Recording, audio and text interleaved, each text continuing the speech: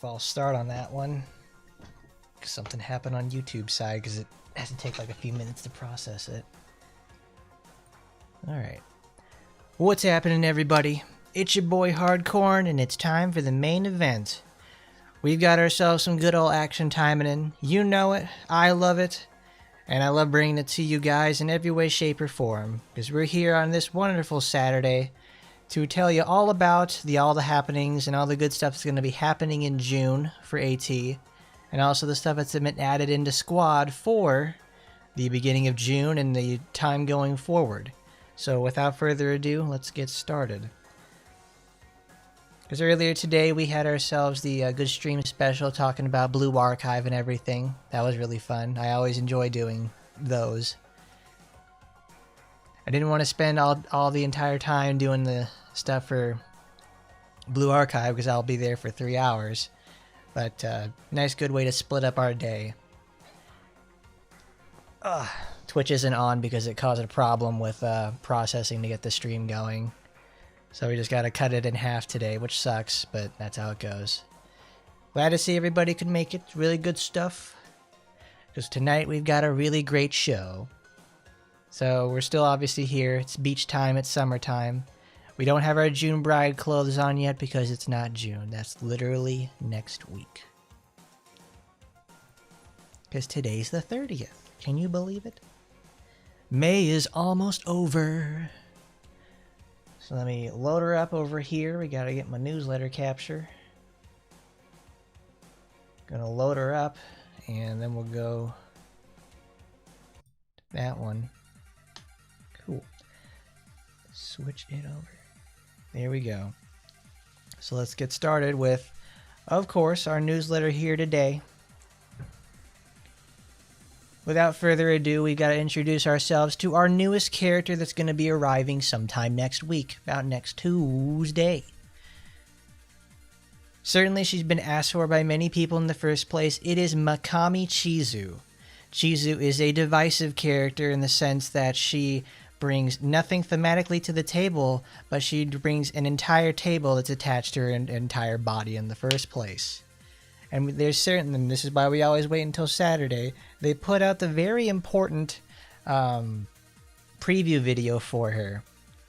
So we'll be able to tell from here what it actually does for her to look like. She is huge. This lady is enormous, and we get to see just how big she is in the first place. See where my pointer's at? There it is. So, if you didn't know already, she's going to be sharing with Sakura and Hebiko, so she's going to get those weapons. If you got a lot of stuff built up for her, because it's like she has Seal of the Abyss, Orochi, Phantom Knife, Garokiba, Unabara. So she's going to have her own version of a special weapon from Yacha, the Arm Ripple. So without further ado, let's head over to Twibber and see what it actually looks like in terms of the video, because that's always something to look forward to. And who knows, maybe we'll get some live stream shit posting in general. Who doesn't love it? I do. I think it's great. Let's go to videos. Go here. Turn off that. Let's get the game capture off. Got a John Bowser. Got Bowser. Bowser.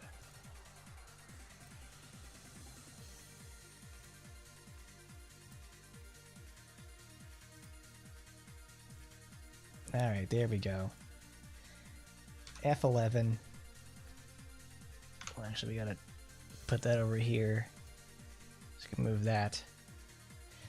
So let's take a look.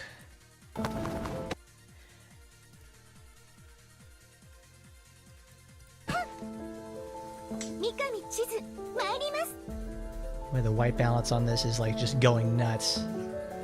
Priestess of the Key, so that's what her passive's gonna be. Of course, they have the funny benefit. Onikiri.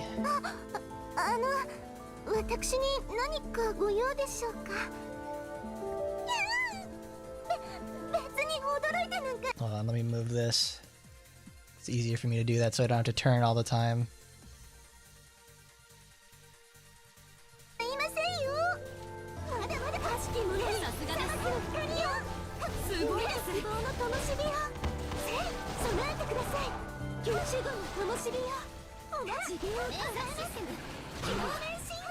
So she's got a lot of AoE coverage. I like that that's going on there.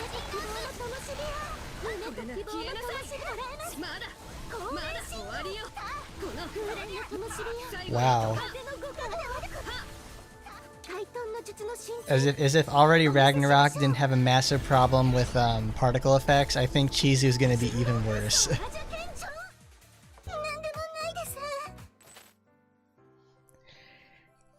Alright. Let's go here.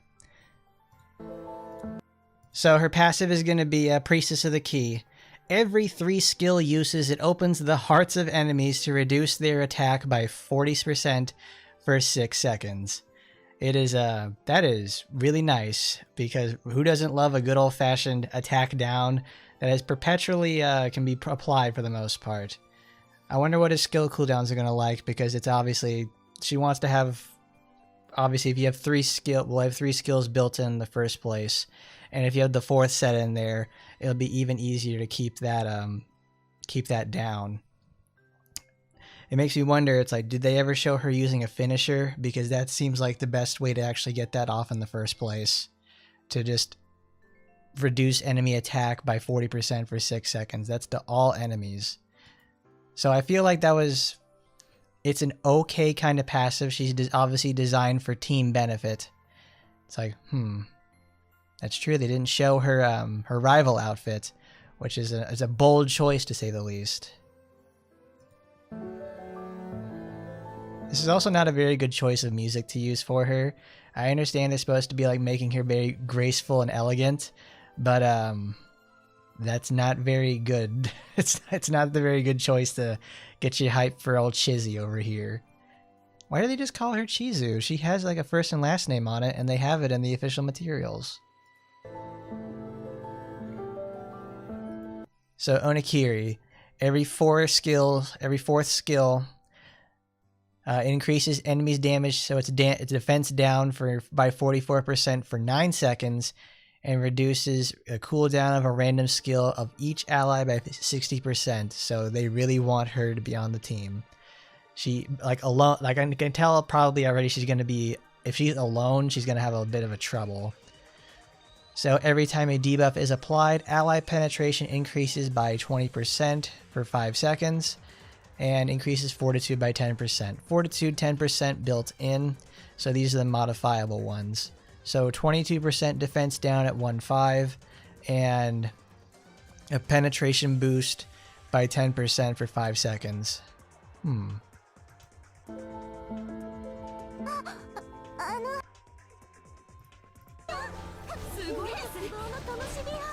more or less impressed that she has like gigantic AoE coverage.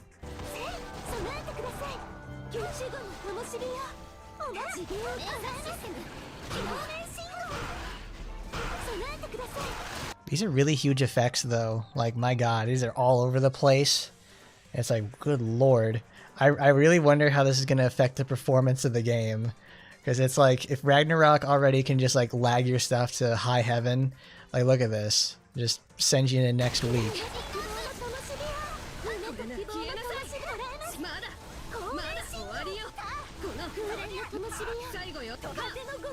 So you can sit there and you can assist the entire team with it too. Oh yeah, do they show her running around very much?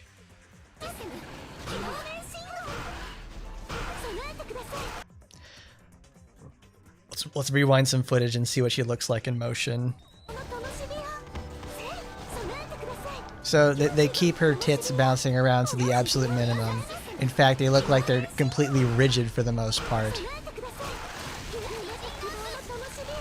Like they're the most like grounded motion possible. Which is kind of which is to be expected because they look like they weigh about like 10 kilos apiece. It's pure muscle. I literally cannot get enough. I can't get enough of this transition because this is the one that comes with your default editing program, and it's like it doesn't fit for whatever they did because they put it in such a really poor spot. And it's because all you needed to do here was just put like some sort of just basic transition, or just like do like a wipe, anything else but doing the curtains, because that's just stylistically poor.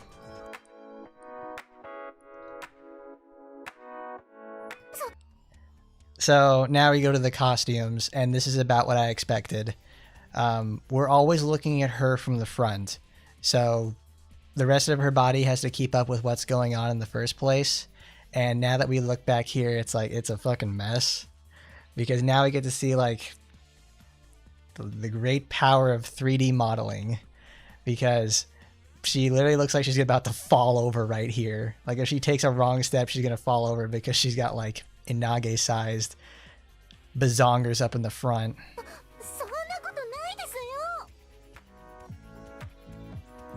Like from the front, she looks fine. From the back, this is like really, really bad. That's why they always have her in these sort of looks. Like, see, these are fine. It's like I fully expect these to like not have like crazy dead or alive range of motion, because they don't need to be that. They don't need to be that crazy.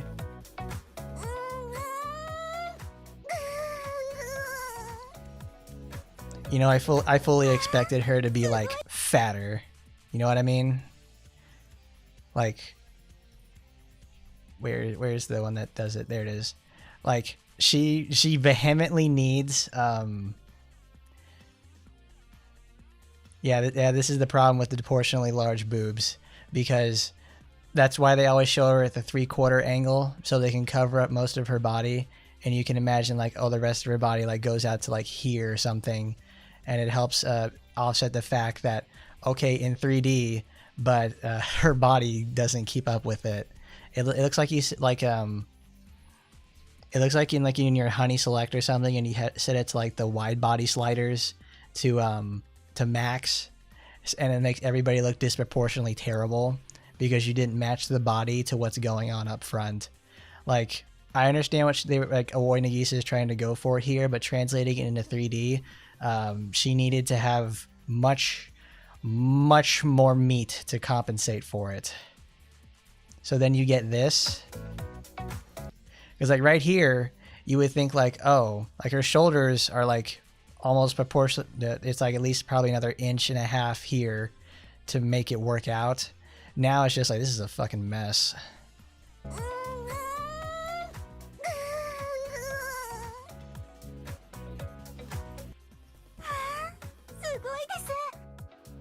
She reminds me of like the teacher from what's it called? Oh my god, it's the game Obui did the art for, where she transforms into the mermaid lady. At least with the hair color.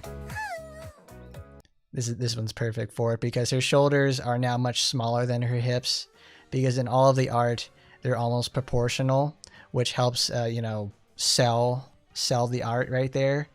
And then it's like, this is now it's like all over the place. She looks like a tube of toothpaste. Alright, so I can already tell it's like she's gonna be mechanically fine. She's not gonna do anything like really game changing, besides the whole fact of being able to just bring down cooldowns every 4th skill. She's also a melee character. Mira Jean, that's it. But she's also a melee character, so she's not going to be exactly changing the... She's not Azuma. She's not Azusa. She's not Azuma either. So it's like she's going to be the nicest support we're ever going to get. So it's like, cool. Okay. That's awesome. Alright, I'm not too hurt about it. Her 3D implementation certainly probably needed some help. I'm not going to doubt that. Oh, that's right. Let's read some commentos. Oh my god, you couldn't see him from the back. This is 17K, so I didn't bring that.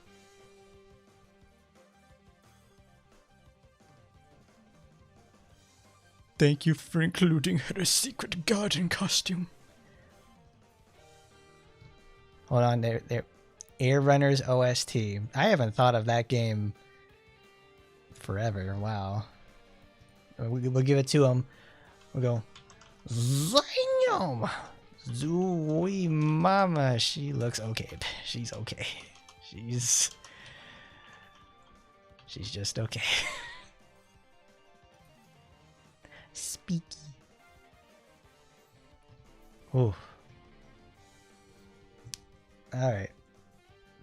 So she's gonna be fine. She's gonna be quite literally just an okay release. I don't expect too much.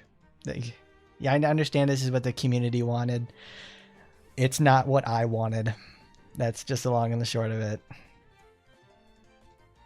I don't really much care for her. So it's not going to end up like Mary, where she's going to be like an unplayable piece of shit. I already can tell that she's literally going to be just fine. So I can make a video of her and it'll be okay. This won't take long though. She requires a lot of group content. So that'll certainly be something to do today. So obviously we just checked out Chizu. Pretty good to say the least. She's going to be fine mechanically. And we're going to, most likely the more important thing we're going to see her is in motion. She doesn't have exactly a really exaggerated walk cycle or anything like that, like Shiranui or Inage or Rinko or anything with like who's supposedly in the previously large class. We'll see what happens. Coming June events. Log in, do your stuff. It's like we got the beginning of the June Bride series. Very cool stuff. Flower Basket of Joy, Episode 5 Weapon and Supporter, so they're going to add level 5 next to the red archive. Thorns of Lamentation and more. Thorns of Lamentation, who could be that for? But obviously in June, we got to deal with the June Bride event. So it's obviously very cool stuff. Who doesn't love the June Bride event? Because it's always something worthwhile to collect. Because some of those costumes are really hard to get. And you know what else is really hard to get? The Golden Pass. Because they used to never provide such great values. However, this time, it certainly does. Because you do your awards, you get the limited gacha coins, Clover for benefits, 3rd level of June Bride series. Because it's like we're at year 7. So we do all that. Episode 1 supporter. So we go to the Golden Pass, and if you can believe it, it's Foxy Grandma. Oh, that's what I'm talking about. This is the shit I'm looking forward to. That's why I wasn't so mad or sad or anything about like, all right, Shizu's gonna be just okay. This is what I was really after. Somebody told me about this the other day when it came out there, and I'm like, that's the ticket right there. This is the sort of shit we're looking forward to. This is why we're here. This is the sort of stuff like this. Foxy Grandma is fantastic. Any more Foxy Grandma content is what we're looking forward to. Look at that. And you just know she's going to take all of her fucking clothes off, and it's going to be like one of the best costumes in the game. It's like what? It's she had the autumn yukata thing that she got last year, and it's like, oh, it looks very elegant, fantastic, and then she just takes off all her clothes for no reason, and the only reason is because it looks great. Inage is also one of those characters where she is also gigantic, but she is also in her 3D implementation, it works.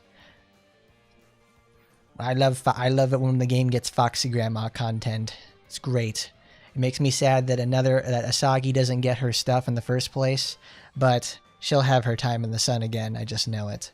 So this is obviously a Golden Pass worth looking forward to. Summer is coming too, so that means it's time to get out Grandma's cool swimsuit. This hag don't sag, to say the least. Next up, we have new and repeated event stories. We got Yomahara Detectives, Not a Beginnings. Fuma Aki is finally making her way into the game. So this is obviously a long-awaited one because who shares with it? It's Frances. Frances shares her costume with her in the first place. And obviously they did a very good job of implementing Fuma Aki in Squad. She's an absolute goddamn menace, super good, and we can only hope so that she's going to match the same sort of effects here, which I'm really excited to see. Because she ain't wearing nothing at all, but she bears it all in the first place when she's burning and blazing you down. Gotta love her. Because they showed off what the effects were for that, so we have to load that up again. Actually, let me go get on my Twitter. Twitter activate. Twitter Twitter activate. Find computer. Find me the things. 3. I know you just put it out there. Come on, you fucking bitch. And then obviously that's the event. This is the event reward supporter. At the same time, we get a pickup supporter. This is okay. This is a grandma level event for me, because this is like it's new Asagi content. Obviously, they introduced Clone Asagi a few months ago in an actual playable form as a boss. It's Asagi. They are not about to just not put her into the game though. So I'm like, oh yeah. This is good. And you know what? She's not limited either. This means she's a pickup supporter. That means she is permanent. So that means you just take as much time as you need to get her. So let's take a look at what these characters do.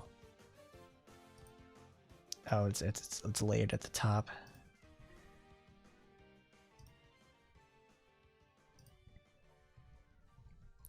So we've got Fuma Aki. Over here, she brings the table with every normal attack inflicts bleed equal to 50% of the attack to the target for 5 seconds at a 30% chance. That's good. That's a pretty nuts passive to say the least.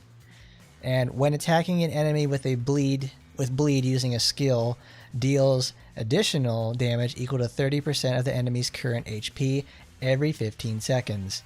That is zooey mama. I love that.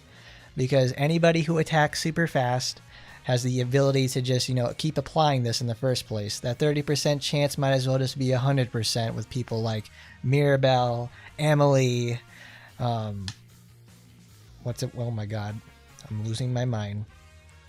Anybody with an attack doubler too, like Felicia and Oboro, or even Nagi. So anything that makes the normal attack hit twice, or you just hit really quickly, you get to apply a pretty lengthy bleed. So it almost turns it into a third hit, but it only does it from the first application, and it'll just keep refreshing at that point. 50% of attack though actually makes it pretty good for something like if you get a crit off on it and then it procs. Yeah, that's where the ticket's at. And then obviously when you attack an enemy that has bleed with a skill, it does even more damage to 30% of the enemy's current HP every 15 seconds. So every 4 times a minute, you're going to be having a double strike effect onto them. So that means someone using Crescent Slash with Ingrid. Well, you wouldn't be using Crescent Slash with that. That's green. So this will be in red. So it goes pretty good with someone like Azusa, even though Azusa kind of doesn't want to use this because it requires her to make consecutive normals. So it needs to go on somebody who can get a lot of use out of it with low skill cooldowns in red. More or less, this is pretty much just you set this. This is another Emily supporter. You put it on her or Shisui, and it just makes her farming that much easier. But the actual skill itself, not too good. You use Evil Eye Death Split to cleave, so it deals 2,000 damage to enemies with HP below. Below 99%. So pretty much when the fight's over, you can just have a nice flourishing finish. The call's not what you use it for. You use it for the passive. Somebody put it out there. There's Grandma's one. Of course, we gotta retweet that. Really? Her dress became locked behind paywall like Rin's? Oh my god, come on. Then you better make it up with Ozuma's dress being for free, because it was Golden Pass last year. And when will you make the F2P version for premium outfits? You even made a premium one for Christmas for her, and there was already a free one. Oh my god. Because they know people like me pay a premium for Foxy Grandma. I am the problem. It's the wrong direction. There it is. Clone Asiago, not drawn by Kagami. Increases damage dealt by 20% per machine ally, including self. Why are they specifying this now? When they say per machine type ally, I guess maybe to correct it or something. They should probably go that to and correct the other ones that say per machine or human or demon type, because this is a good degree of clarity that they should have in the first place. Increases the critical chance of per human ally, including self. So, solid passives. But the real reason is you wear this on the main. So, immune to speed increase, but increases damage dealt to all enemies by 50%. Legitimately insane passive. This is really great. Like, I can hardly believe it myself. Protect needs these kind of boosts, and well, it gets one. That is a very hard conditional, though. Immune to speed increase. Some people want the speed increase, and others can live without it. That means if you have to use this as the main. So this isn't going to be... you have to decide between using Mirabelle or using someone else. So obviously you put Mirabelle on a support, and you put this on a damage dealer in general. I already know like someone with Spinel who would really like this. Because, well, Spinel, like in blue, you don't need to worry too much about her speed because... Ooh, that's a neat one. I want to see what happens with the interaction for Spinel on her Frenzy stacks, because that gives a forced speed increase to everybody and herself. Generates a gravity field for 10 seconds, decreasing the speed of enemies within the field by 40% and increasing their damage taken by 10. Honestly, kind of cool. A 10% damage boost is nice, but I wonder what the size of the projectile... Oh, goodness. What the projectile is going to look like. Because New Year sure knew he's like 50% increased damage taken field is very good. And it also has a pretty large slow too, at least on the same level as this. So this is an all-around very strong supporter, and in blue too. So it's like, even then, just getting this like one copy is phenomenal, because all you need to do is just level it up, and it's like, okay, here I come. Here's 50% more damage. She's the ultimate Sonata Homura in blue. I like it. It is.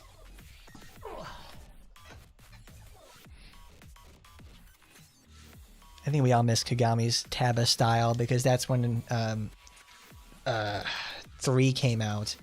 And that's when it was the most raw. Everything was very fierce looking, because now she just looks like Tokiko.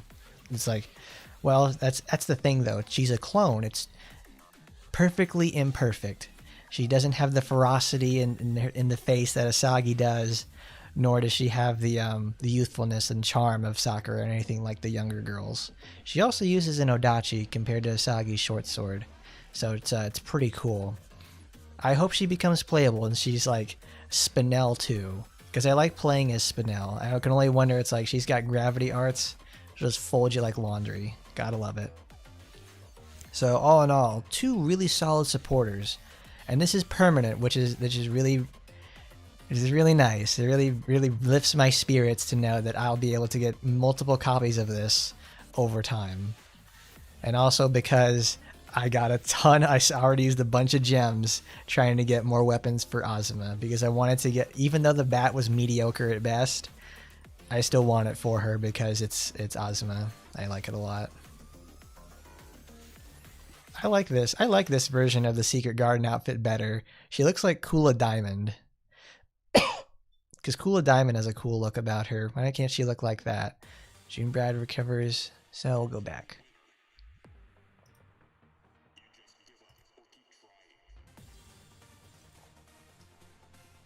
A knockoff game like Hit Kanochis. Wow. Well, of course she looks like Tokiko. It's in the eyes. It's in the softer hair too. I don't want you to look like Tokiko. I want you to look like Asagi. Because there's already clone Asagi in Taba, and she looks like how Asagi should look. Ugh. It's also not the Blade Runner version of her too.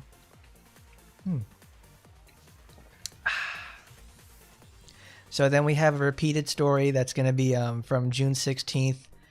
That's going to last until the middle of July. So Operation Web Drama, Beloved Clairvoyant. Oh, it's the Tokiko event. That's great. What another thing to get excited about though is we have new packages coming in. Who doesn't love those? Well, I do, because now we get one of my favorite characters in the entire series, a second limited costume. That's right, Shizuru over here gets to come over and enjoy Shiranui with the Nun Outfit series. Really great stuff.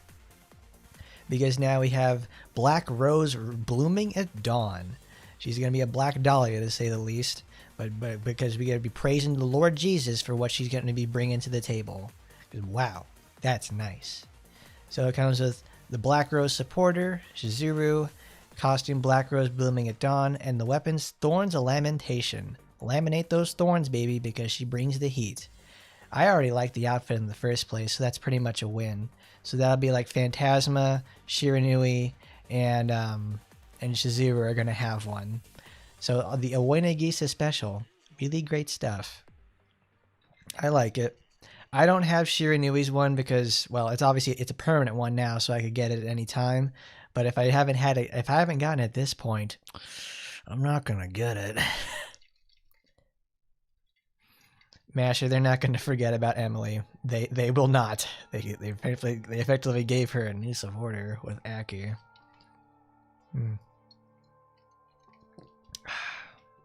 That's a good package though. And then now June Bride returns. So now we've got Astaroth and we have Fentanyl over here. Phantasma obviously gets her stuff back, but it's in a package because it was in a golden pass last year. Oh goodness. Oh, God. And then Astaroth's always looking good. Got to pick that up if you like it. And then that's nice, but it's a package series. It's the Wedding Day package for the private room, and then you get the Graceful Pose, June Bride Costume 3, and more. But what's even better than that, though, is Special Ops Supply 3. Oh yes, the Selector Gacha that everybody's been waiting for, because now we have a reason for some of these supporters. We've got stuff like, we've got Red Hood Spinel, we've got Kitty Cat Shisui, we have what is it, Yojimbo Nagi, we have the really crappy Eleanor supporter, we have sadly New Year Hebiko, because she needs to be there too. You need to remember she's there. And the one supporter that you can actually look forward to is Micah's, because now she actually has a use with getting it with getting it for Ina. It's Ina Titchester. Lena's supporter is the one that decreases cooldown, so it actually could have some use, but it's still niche at best. Now these niches are coming to fruition. Next up we have Shisui. Ghost Bride package comes back in. Pick that up. That's a good one because you can dye it black and it's really cool.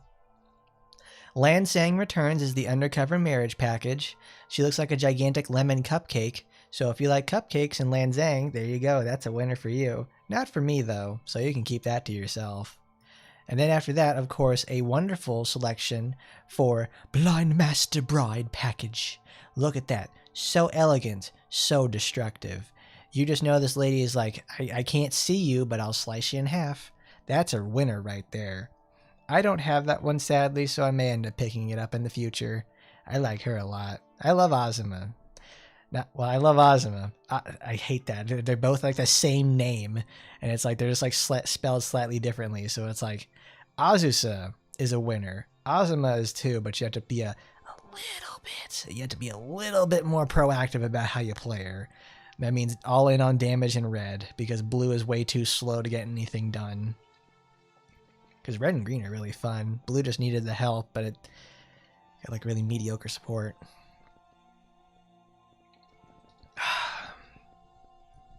So then we have Nurse Kiara. This hasn't been run for the 3 years at this point, so this is probably going to be the first time in a while that we'll end up actually being able to get this, which is sad to say the least, but that's just how it be. Nurse Kiara, it was a golden pass a long time ago. I want to say it was a Halloween, but I don't think so. So it's good stuff. Good pick.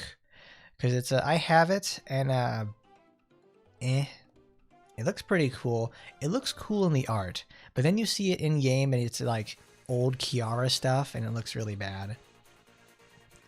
So then we get new costumes. Sora finally gets the June Bride pick. Very good stuff. That's a good look for her. Clone Yukikaze gets hers. I almost called her regular one because I forgot, like, oh, doesn't she already have one in the first place? Oh no, but she's all grown up to say the least. Zooey mama.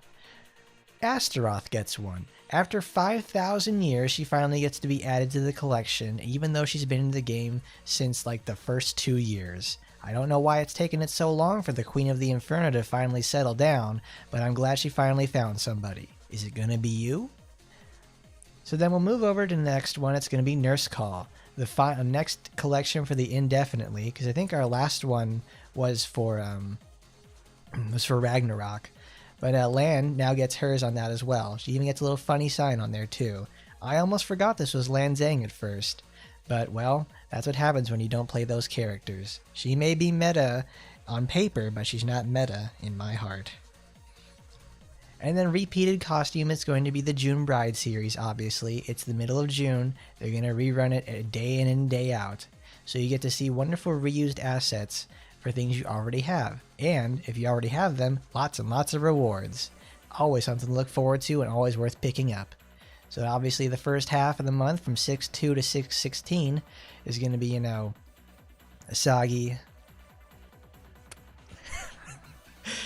Rinko, Oboro, Shizuru, yep, that's right.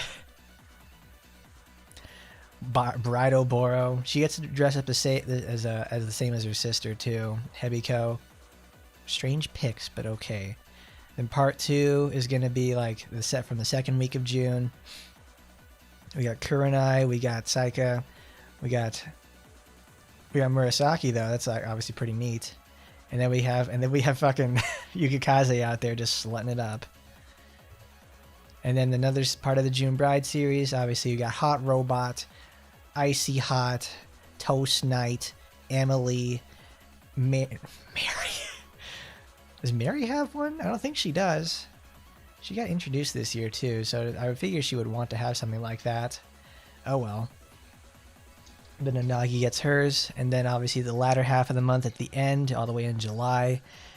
We got Cool Mom, we got Spinel, Lapis, and Shizuru. All wonderful positions to pick up.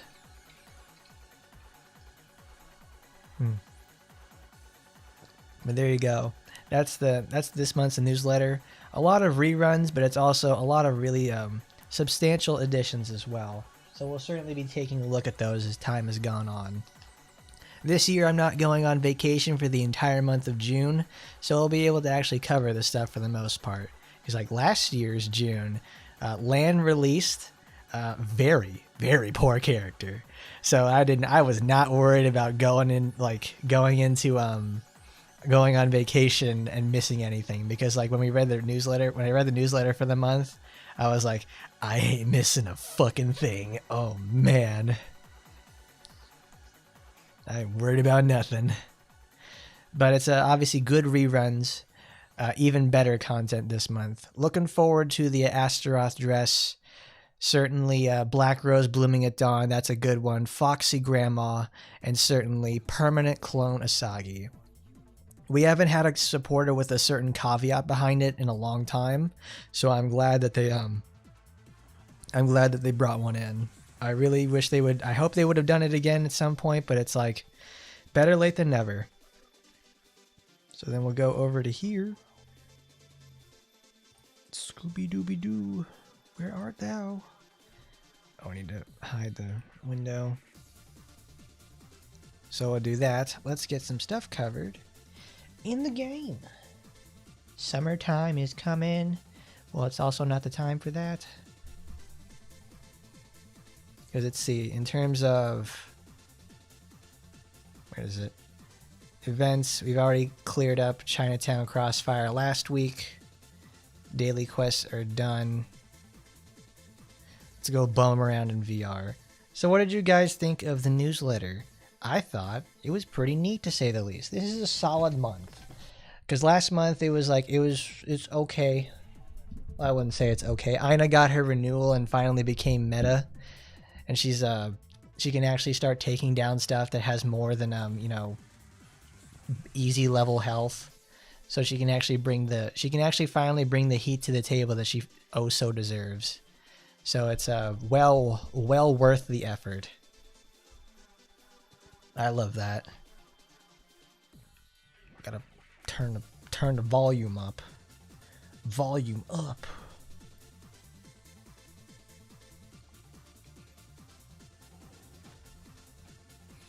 The 3-part events, though, that shit can suck a dick. I absolutely hate those so much.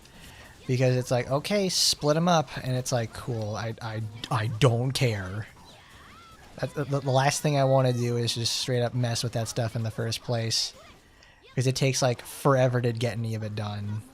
It's like so, it's painfully slow.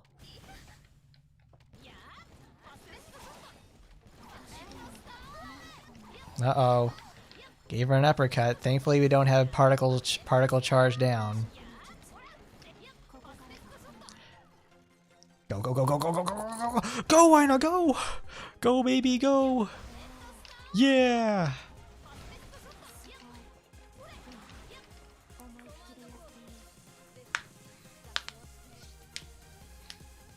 They made Aina mechanically better, just a little bit, but that slight tweak is what really made the difference for her. And more or less, it's the weapon that really just like sends her over the edge for the most part. She's gonna die to bleeding. That's what really counts for the most part. Like, I'm at 3.5 still on these weapons, and I'm probably gonna be for a long time, because acquiring more and more copies for these is very hard.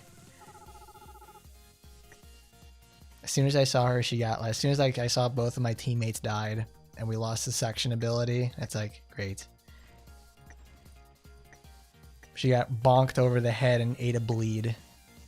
Because I think because the spiders have that shotgun spray, and they can also apply bleed because of the arena effect.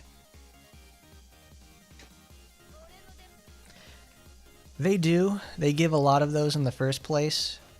Because the 3-part events itself, it's like, it's not exactly the worst thing in the world, but it's just annoying. The regular event format they have is fine enough.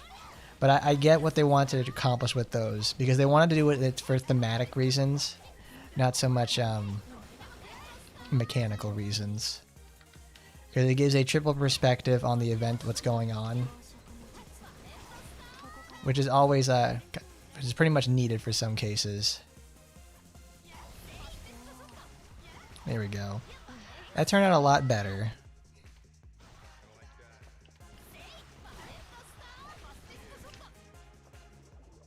Look at that. Aina is so short. She just like, her eye level is like right on Shizuru.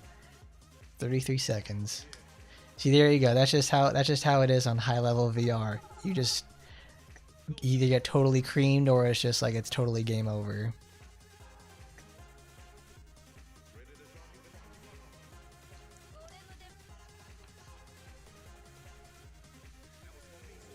My biggest problem though is like with Clone Yukikaze, she's really fun to play. I could make stuff. I can make cool stuff for her, and just like mess around. I could spend the whole week messing around and just trying to find out what to do. My biggest problem with support characters like how Chizuru is gonna be, how Shizu's gonna be. She doesn't do anything cool. She has a lot of effects tied to her attacks, which makes her look cool. So it's like, it's a degree of style, and there's like a style, poise, and grace that has to come with this, and for the most part, just she ain't got it right now.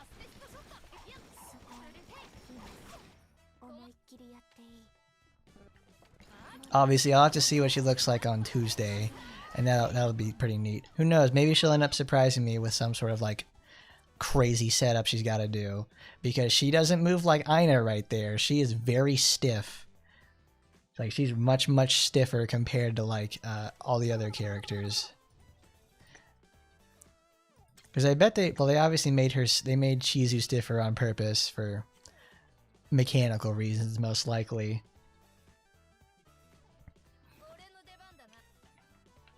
Because I need to make a note for myself to remind me to check her out on the various animations for like the beginning of the game. Do you guys remember which animations it is, like for what stages have animations in the story? Because that would be a really good one to check out. Ooh, that's bad. Girls, I need your help. I need you to stunlock it as fast as possible.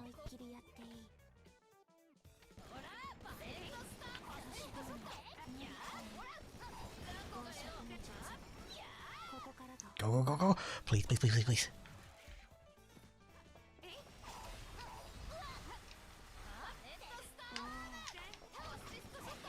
Oh, damn. Dang, the combo ran out. I was trying to go into caveman, but it didn't work out.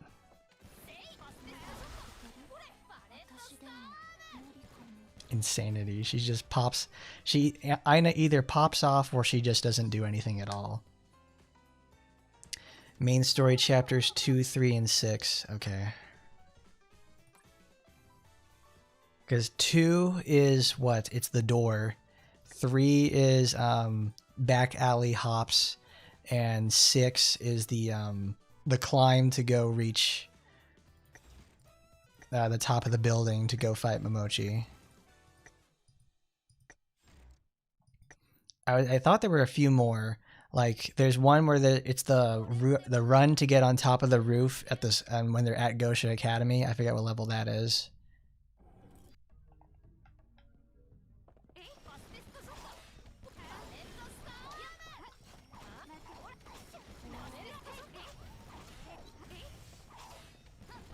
That's right, main story chapter 5, because that's the one with the wall run, or however they do it to get to the top of the building.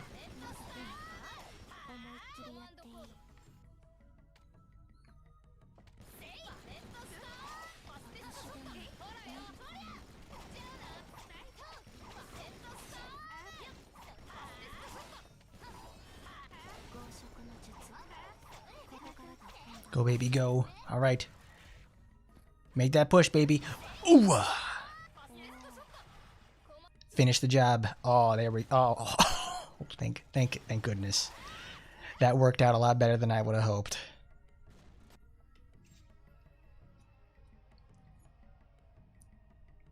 There you go. Yeah, you're probably thinking of Nase Mai, because he's the one you get like the pieces through completing all stages on 3 stars. She's certainly very helpful from beginning to end, to say the least.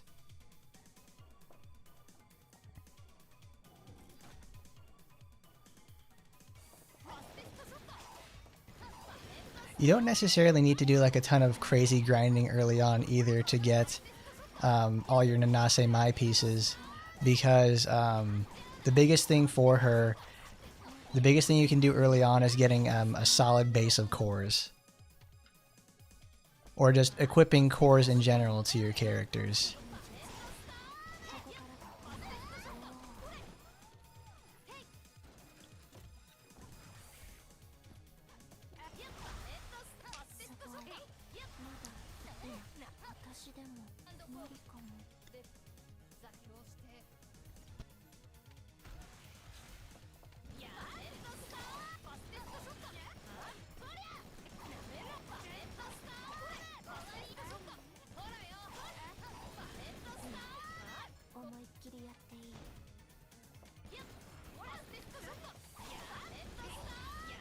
Go, Aina, you can do it. You can beat it sub 1 minute. Come on, girl. You got this.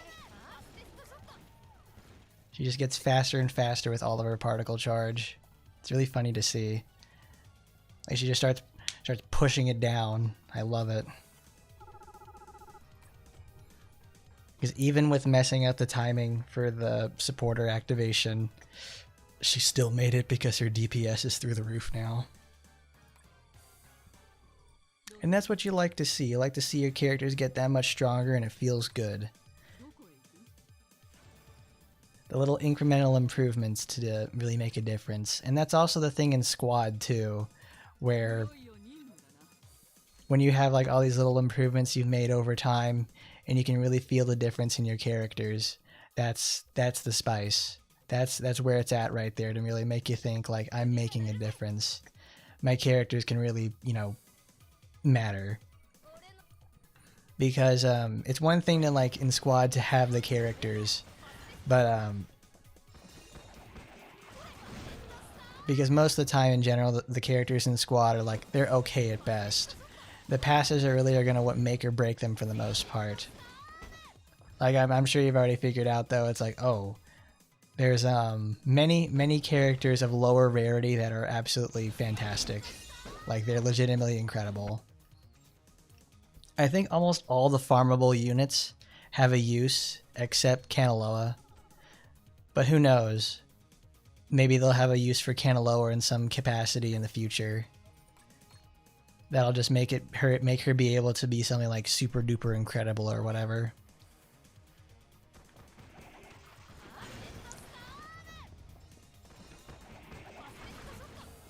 The difficulty spike, it did for me too, because like the story when it updates, it's pretty tough to do until you realize like, okay, I need to have a certain team comp or like bring stuff to the table that will actually like provide me an advantage, because squad and its infinite wisdom, because like hopefully one day when it finally reaches, like, it gets out of the beta, they finally ironed out all the problems.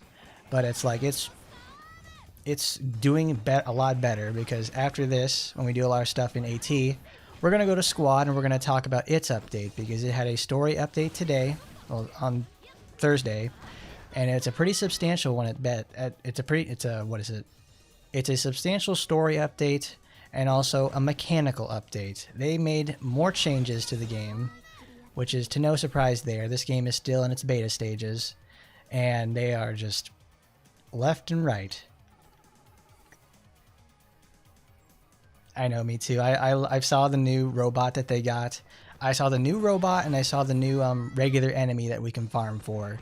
The guy who has like the muscle fiber suit, like the guy who looks like from Crysis. Yeah, he looks like Alcatraz from Crysis. So I'm like, I like him. I like him a lot.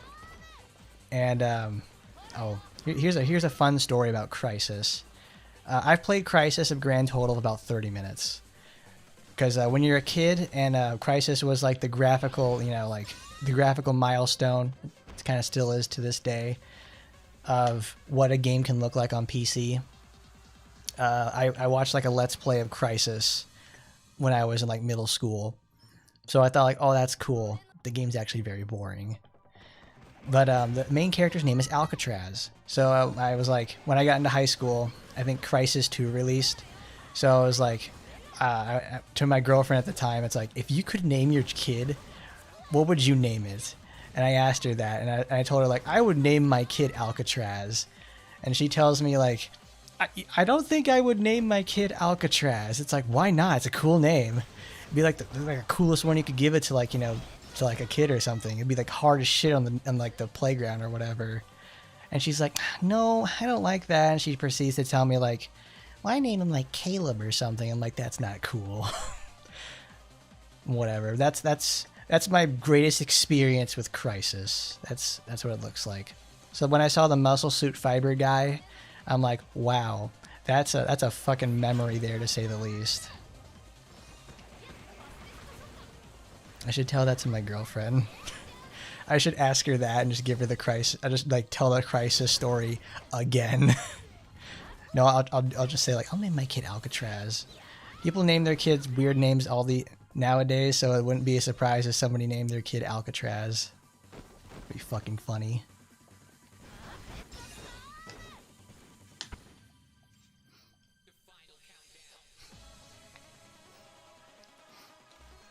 Everybody says like, it's a real name, it should be such an edgelord. Nah, he'd be cool. He'd be super cool at the schoolyard. It's like, they would they would learn what his name is, and then they'd find out what Alcatraz was, which is a island prison off of the coast of San Francisco. And it's like, what are you, a prisoner or something? It's like, nah, I am the prison.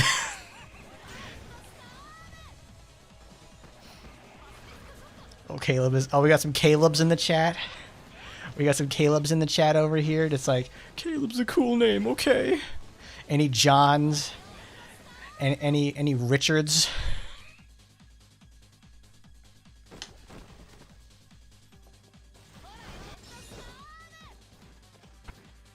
Any Brandons?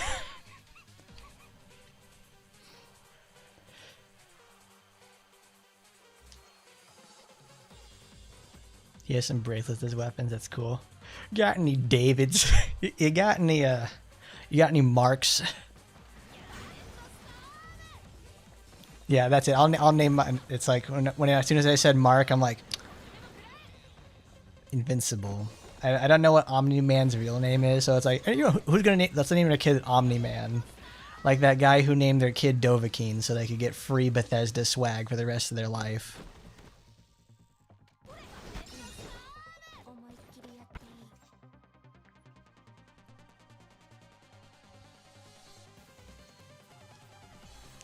I once met a guy named Trees.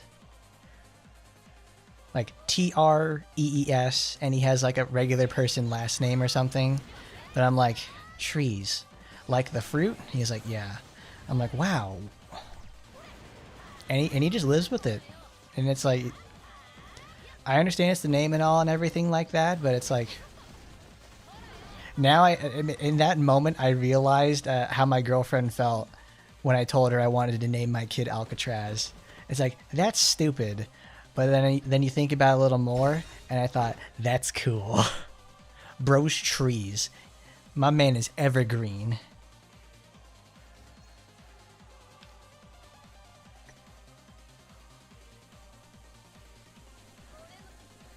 Oh, dude, we have Nolan North. We got Nolan North in the chat over here.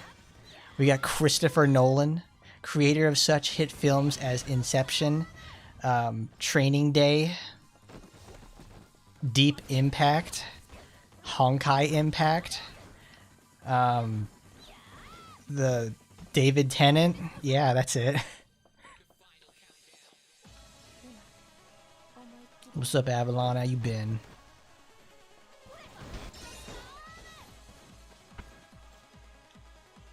Oh, I saw they're doing some sort of commemorative thing for they're doing a commemorative thing for Game of Thrones. I think like 10 or 15th anniversary. I think it's 10th because it's like, I remember when that was happening, when Game of Thrones really started getting into full swing when I was in high school, and I could not stop hearing about it. No, we've talked about this. I think we actually talked about this last week, because it's like everybody was like, "Oh, dude, what is the comparison made from beginning to end of Game of Thrones?" It's that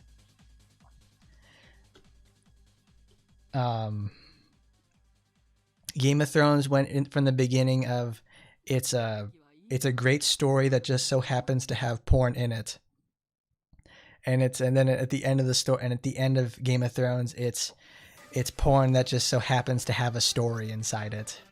That's how it turned out. That made me laugh because it's a pretty apt comparison, because that's literally where we are right now, like right here playing it, which is to no surprise, to say the least. Oh, we need to do total fucking shit. I have to change her gear again. Let you keep. She's human, so I have to put all that. I gotta put on east side, put on west side. Gotta look, y'all for real, my man. Oh my god, where is it? There. I know I have a full set of You Are Human. There it is. Does she have it equipped? She got it equipped. She got it on.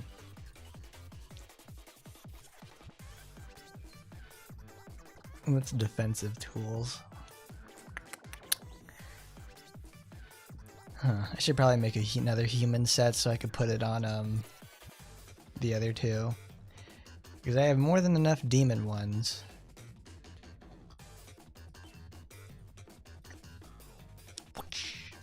She can't use this. She needs something else.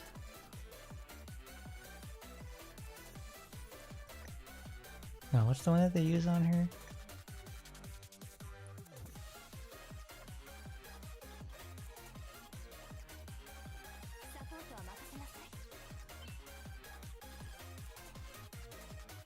Oh, that's right. I have Spinel because I don't have the big funny supporter for her. For Rin.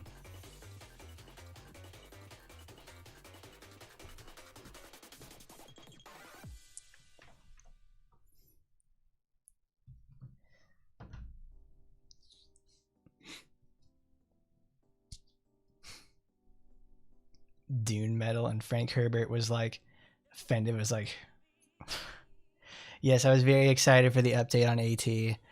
I'm very happy for what it's turning out, because it's one, it has Foxy Grandma on the Golden Pass, so it's always worth it, and permanent brain damage, because I can't remember what it is. Clonasagi's a permanent supporter now, so we can hang out with that. Really, really appreciate it.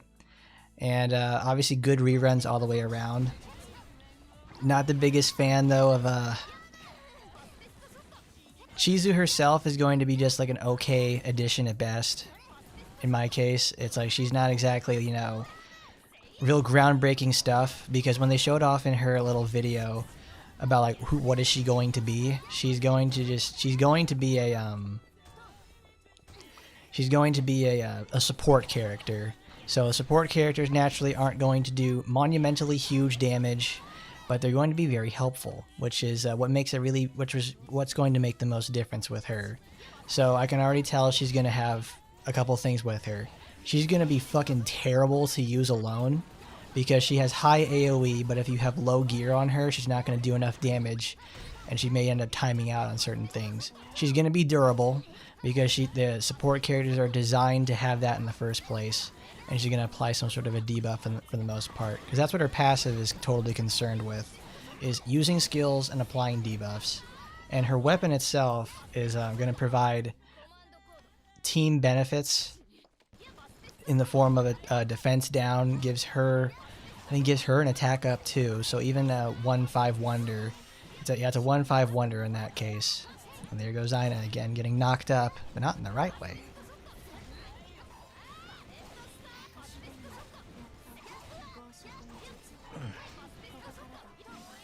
Yeah, getting new mags is always the worst. I've kept mine the same for the most part, because it takes a long time, and it is so ungodly expensive. Dude, Aina is dodging these meteors like she don't know nobody. Like, my goodness, this girl out here she's a hero, to say the least. Loving you. You go, Aina. You go, girl. I may have to pick up one of those like the fancier version of those supporters for the Micah supporter, the future Micah one. More or less, we just need better weapons.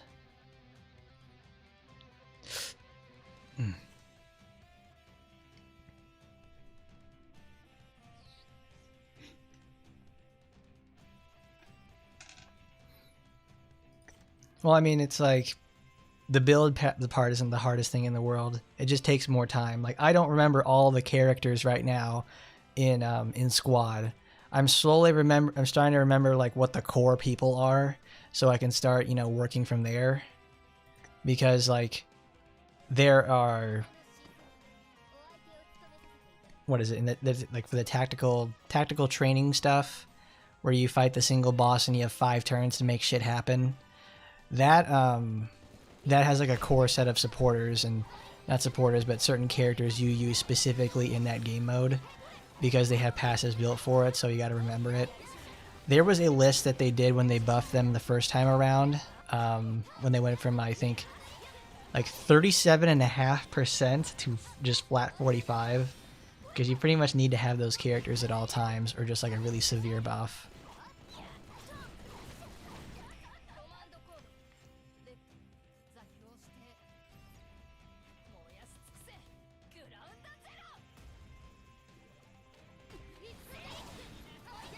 Well, let's see. We don't know how the new hot girl is going to be turning out, because Miss Gigantic Tits over there is designed to be a support character. And like you said over there, it's like, you know, VR has not been the same since they had the criticals, the changes to critical hits and damage, because now anybody can do anything in there. Because the rewards stop at 100, so you can honestly stop there. But most critical hit builds from like 5 years ago became relevant again when they made those changes. So you can literally just go back to like some of my old videos and like look at because we're using literally the same 3 supporters from the beginning of the game's life. It's sad but true. It's one of those situations where early on in the game's life, the supporters are some of the strongest and the best because they're so general. They don't, it's like, as time goes on, things get way too niche and they don't provide any benefit. They provide a very specific benefit that you can't capitalize on.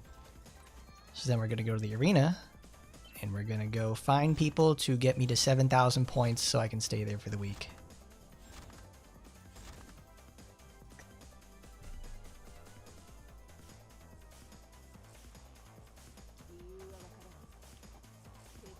God, I hate cores and disk drives because it's like I got a 5-star legendary for the first time the other day when I was upgrading Noah because Noah is now suddenly very important. So if you like Noah, good, but now she's actually very important because Kara has been added into the squad. I don't have her for today because I made a mistake and didn't prepare for this because we were going to talk about Kara and show her what she looks like, but I was being stupid and forgot, and I can't really put my information on stream like that.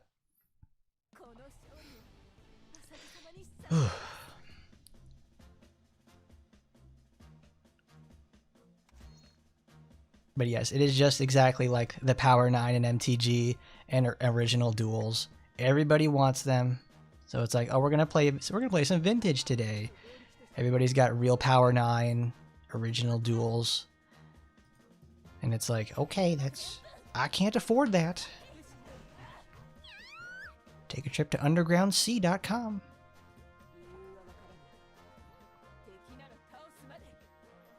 Because my friend recently discovered how a good proxy site, and now he's just like, okay, I want to get like original duels. I want to get like Power 9 and various proxies. It's like learn some restraint.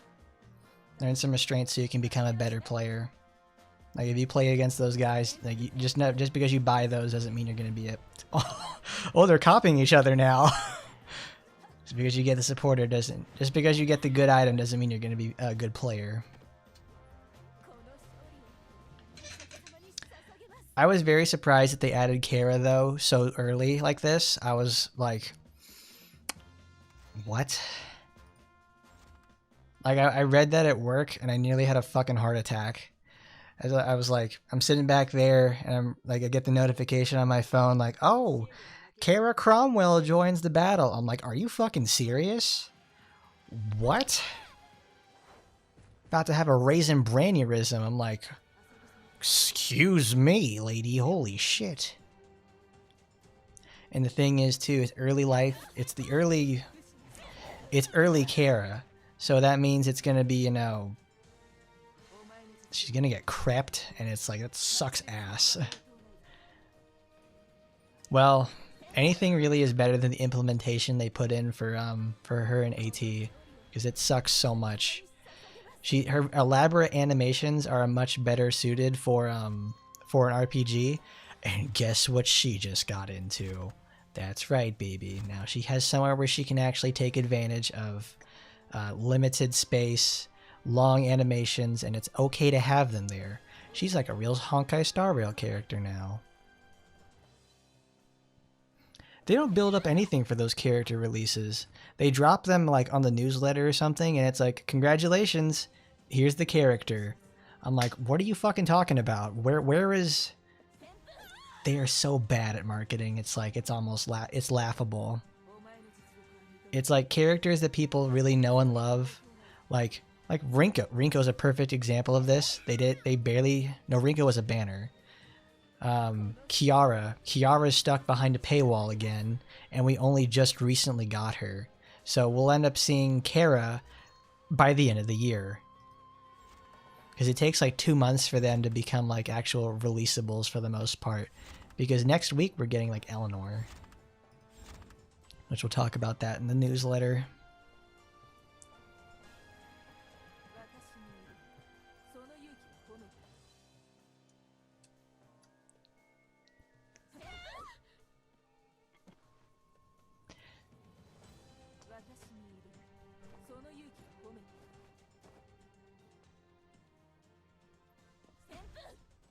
Myth, I'm gonna time your ass out for calling her that. You put some respect on that name. She is the Blood Lord, not the Crud Lord. That is the wrong answer here. Sir, this is Carrot Country.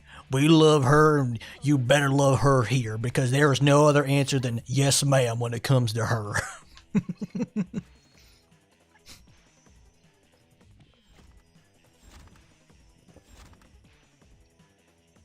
Goes to assemble in 4 weeks. It's like you can assemble a piece of shit there, dude.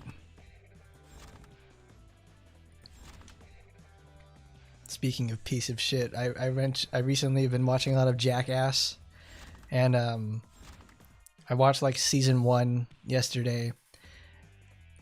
I watched season 1 yesterday, and they had that on there. Dave England's the Vomlet. They didn't call it the in the actual production version. They didn't call it the Vomlet. In the Lost Tapes version, they called it that. But I always remembered it as the Vomlet because that's exactly what it is. Like, he just eats the ingredients and pukes them all up and makes them into an omelet, and it's fucking disgusting. But it's one of my favorite. I always think about it a lot because it's. I didn't like eating eggs for a long time. Anything like omelets or like scrambled eggs. Because I always thought of the Vomlet from Jackass. It's a legitimately gross situation, and it's like it makes me laugh every time. Because like Dave just sits there is like puking up the entire thing, and then he has Steve-O eat it. He's like, I'm gonna pick a member from the audience to have one of you come over here and try it. Oh, why don't you come over here, little boy? And then he's just like, oh well, bro, that's fucking it's fucking disgusting.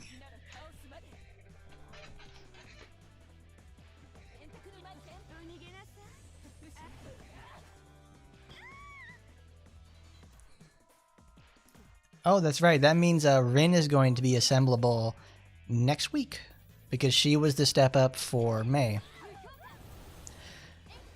Oh my god. Girl got attacked by the fart cloud exterminators.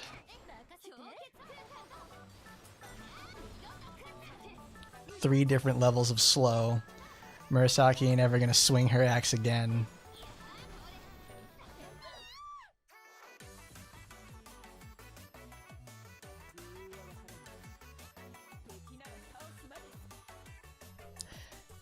I was going to get... I'm so pissed. It's like... Because I forgot about, like, I needed to get Kara before stream started. I probably should have done that on the in-between section. Because I was so concerned with... Oh, why isn't the stream not working? We'll just have to talk about Kara. I mean, Kara, well, obviously is now a permanent that's in the game. So she can hang out with that. Taiwan Chinese! You know, Jesus was Chinese. Jesus Hong. He doesn't know where everybody keeps getting the Christ thing from, but it's like, damn.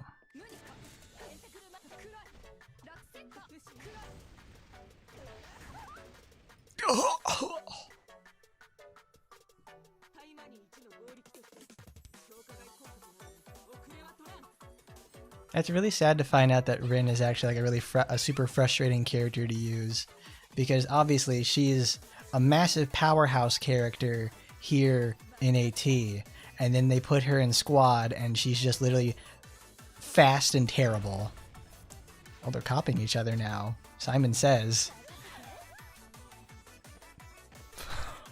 Is that the protocol that you can see it in real time? Like they're just programmed to do that? First attack, second attack, third attack, supporter.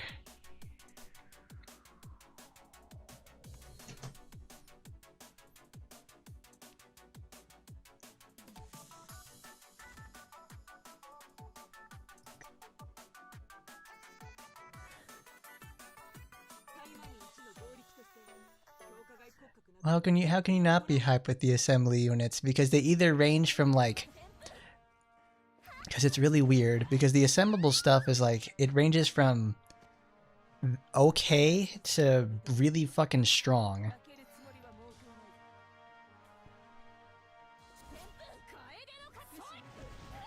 Yeah, because you can't inflict electrocute or like the stun or whatever it's called. I think it's not called stun. It's whatever Mirabelle inflicts. Those specialty effects that prevent people from playing, like will prevent like enemies from making actions or doing anything, because they only work in the arena. It really sucks though, because it really feels like they've just designed the game to be specifically arena. It's like, what's that game that Nintendo released recently? It's like Pokemon Championship or something. Pokemon Champions, where it's like it's designed to be like a battle simulator, and you have other little objectives you can do to make your stuff stronger, and then you fight in the arena. I fucking hate being in the arena. They made changes, but it's like it still feels awful to play. It's so tiresome.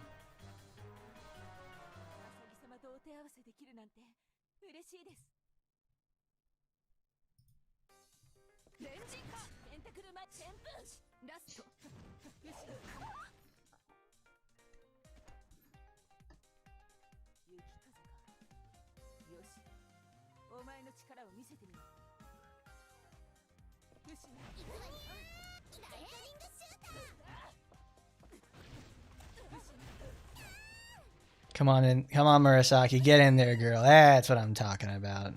That's what I'm talking about.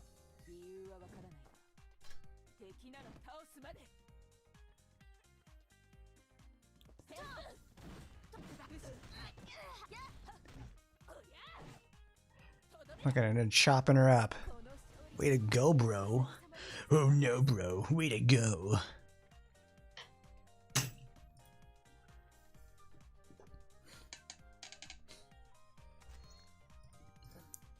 Oh yeah, let's see. The other day, because it's like instead of we don't watch Game of Thrones here, we're a Lord of the Rings house.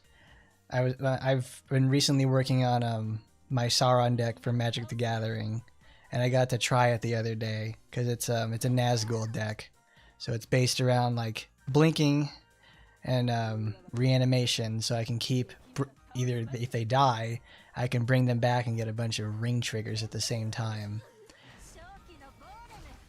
Bring a bunch of them back and get a bunch of ring triggers at the same time. Did I forget what the 7? Oh, I have the cards here. It's that 7 mana card that you just bring back and just end the fucking game. What's it called? Well, not Razaketh. That guy's awesome though. There it is. Rise of the Dark Realms. Put all creature cards from graveyards onto the battlefield under your control. It costs 7 mana and it won me the game. Because my friend put down a board wipe because I'm playing Sauron, good Sauron, so it's like I'm super duper strong. So it's like, please. So I'm waiting the entire game, like. So like I responded to him doing the board wipe, let everything die, put my commander back there in the grave, and then I Rise of the Dark Realms, and I got 22 creatures on the field, and I had a Maskwood Nexus, so I made them all wraiths. So I had 6 ring triggers 6 times. So all of my creatures got plus 36, plus 36. And it was like nobody wanted to resolve all that. And I wouldn't have been able to attack with them anyways. Or at least except for a few of them because some of them had haste. And it's like, just punch them down. And then the next day, I came home and my cards came in the mail that I was looking exactly for that day. But either way, they worked out in general because I got to do exactly what my deck wanted to do, and it felt good.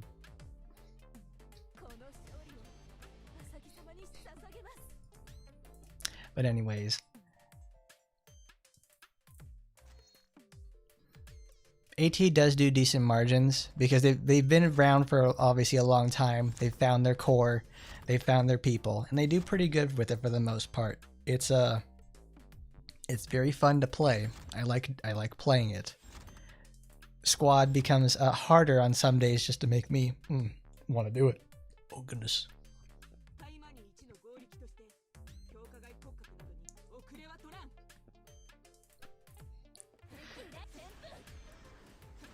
Yeah, white is in the general pool. The blue white that has like 60% more damage to humans. That is in the general pool, and it's a very, very good pick if you can get it, because you can stack it with Mido Haruka and do like 120% more damage to humans Well, no, it's not additive. It's you'll do 60% of 60, which is like 40 something. So it's still a lot more damage to humans. So because like you can combine them together for a massive damage human hater build, and it's really really effective. That's sick. Wow. You go, Murasaki. You like literally baited the counter, baited her attack, put the slow on her, and then had her crush down to actually get the counter attack for the kill. That's honestly really cool. You go, girl.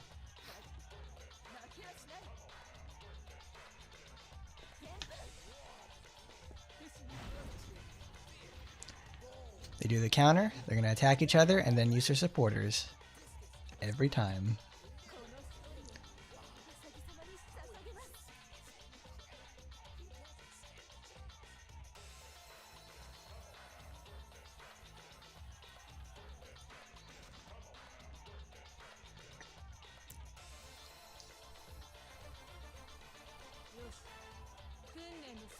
I was like, uh-oh, did the game crash?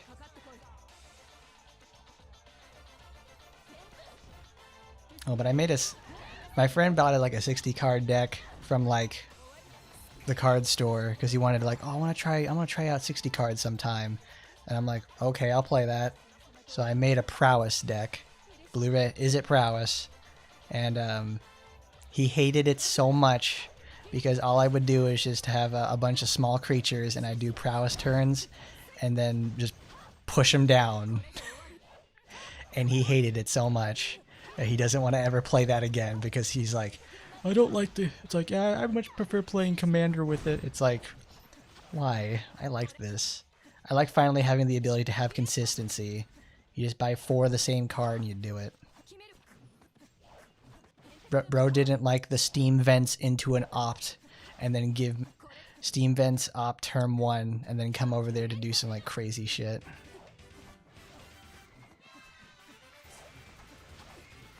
How do you unlock the extra skills for your characters?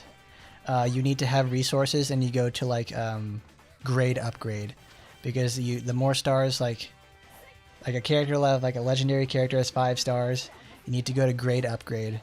And that will give you the ability to get their ultimate and their passive if they have one.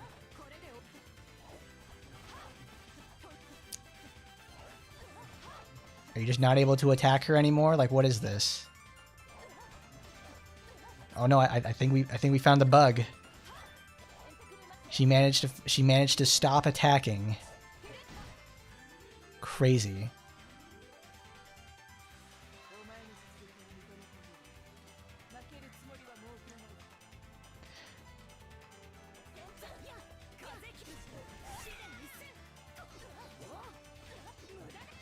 I've never heard of that before. I'm scared if they make too much money because that means they'll start making more expensive bad decisions as if they don't do it already.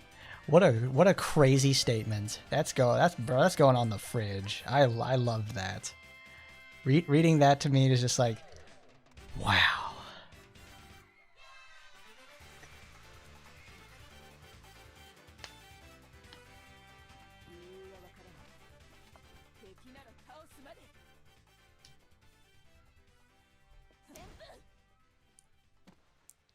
I hate it when I have to fight Mirabelle in the arena. I don't like seeing her defeated.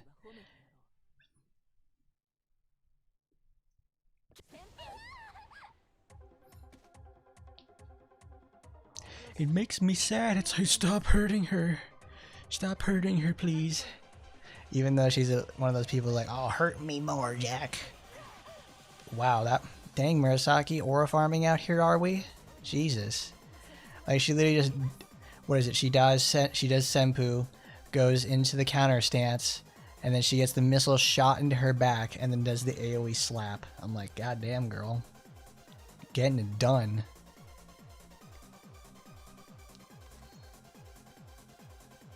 We're almost there. We just need one more win. Perfect.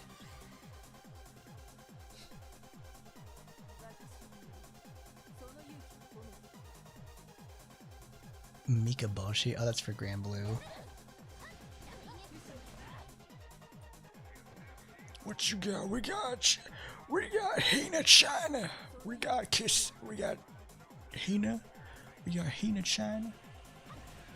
We got it all here.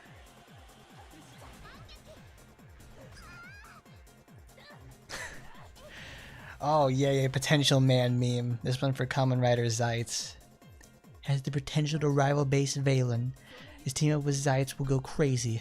He'll stop working with the nightmares eventually. Oh, can't wait for his backstory to be further fleshed out. Give me liberty, give me fire, give me fodder nightmares to sneak attack or I retire. Because he's got 0 feats, 0 relevance, and pushing 40. Outright tell Baku that the code is evil and he needs to leave it. Vaguely tell him for no reason. Oh, I'm vague posting. Cool, that's done. That's finished there. Let's log into the club. Open the club like gypsies. We'll give it a base VR increase and character EXP because it's the weekend. Ladies and gentlemen, the weekend.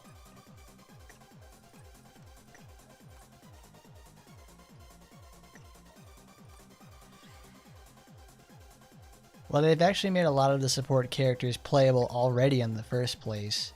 Because they're going to be, there's I think 130 something characters. Because I think almost all enemies are playable from AT. Besides specific bosses. And a lot of the supporters are playable too. And obviously a lot of the VN cast members as well. Those are all playable. So it's only a matter of time before they hit it. Because I think they're going to be at least in the neighborhood of almost, I want to say, they're pushing 150. Because they add in new farmables for stories, and they also add new characters every month. The whole new characters every month is a bit tiresome, to say the least. I'm not a fan. Because I think when the leak happened at the beginning of the game's life, they showed off like what the characters are going to be introduced into there, and obviously Foxy Grandma, Astaroth, Kara was there too, Rin, you know, all the stuff we've heard about, the big name characters. I'm just happy they're doing stuff with Kara again. I wish they would do more with Kara. They need to. I love her. One of my favorites.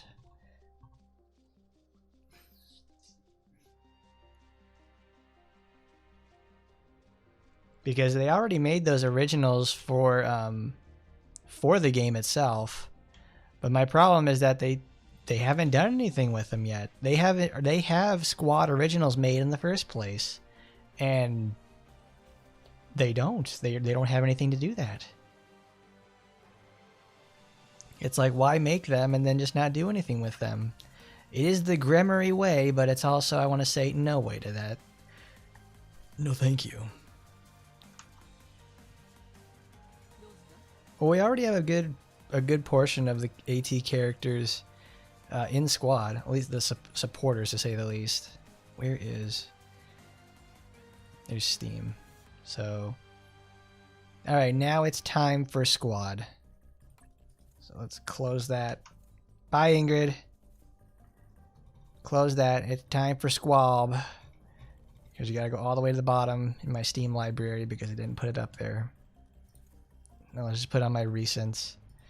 There you go. My recents include Taimanin Squad, Action Taimanin, Neo 2, and Tales of Vesperia.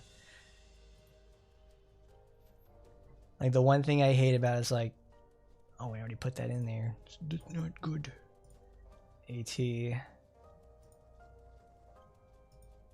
Because it's in windowed mode. And it always starts like this.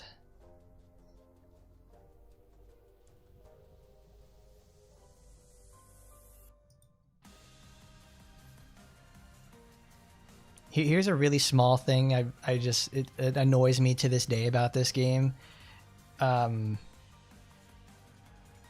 squad. Action Taimanin loads within like 5 seconds. This game takes like a solid minute and a half to do it.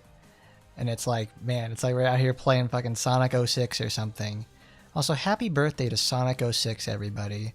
That gave us wonderful things like Iblis Trigger, Silver, and What Is This? What Is My Life? That wonderful playthrough of a wonderful Game Grumps playthrough. What is this? What is my life? I can't, John. I just can't.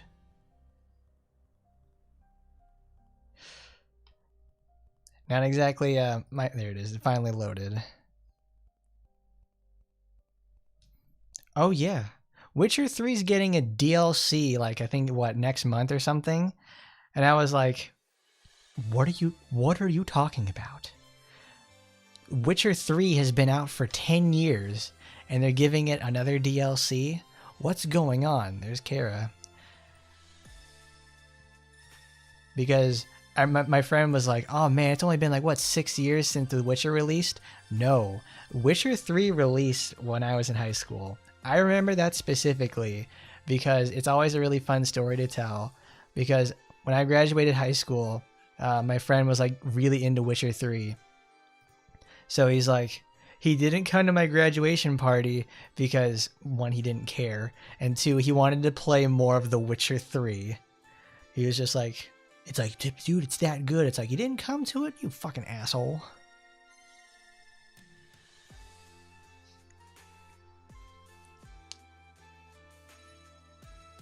Are you about to see Corn purchase Kara? No, you can't see it because... yeah, we're going to do that live on TV. Watch me use my credit card. Actually, let's piece out Kara, because like, how much does it cost? If we want just Kara, it's my laptop has a button that you can just use for the calculator. Because I don't have my calculator on my desk right now. So we got 450, 750, 1050. 3,300, 5,550, and then 1,650 for the weapon. So that's 55 and 72. Before we do that, let's go to the store. Oh, we were already there. That's right. What does that look like? 19,350. Well, that's the times. What does individual stuff look like? It's 7,200 to do it. So that means it's, oh, they don't have anything in between it. That's really fucking awesome. 66 and 12. So you'd have to do something like, you can't even buy that together. You have to buy over the amount to get it in the first place. Very smart. What is it? What is 50% of that? 49.50 times 5. 24.75 plus 49.50. That's still not enough. Oh no, that is. It's exactly enough. It cost you $30 to get her. Oh, baby. Oh, man. Oh, all right. Oh, man. Oh, no, guys. I guess we've got a computer glitch. I guess we're going to have a computer glitch, and you get to see this happen in real time. Oh, my God. The computer's glitching out. Hang on a second, everybody. Oh, God. It's crazy. Wow. What happened? What happened? Oh, the game is crashing. I can't believe it. I can't understand. This computer is just falling the fuck apart. Oh my God. However will we fix this?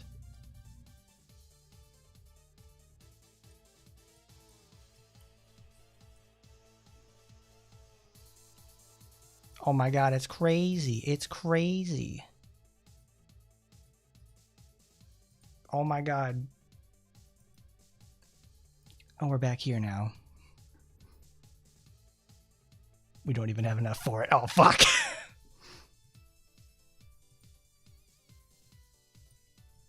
We don't even have enough for it. We can't even get Kara.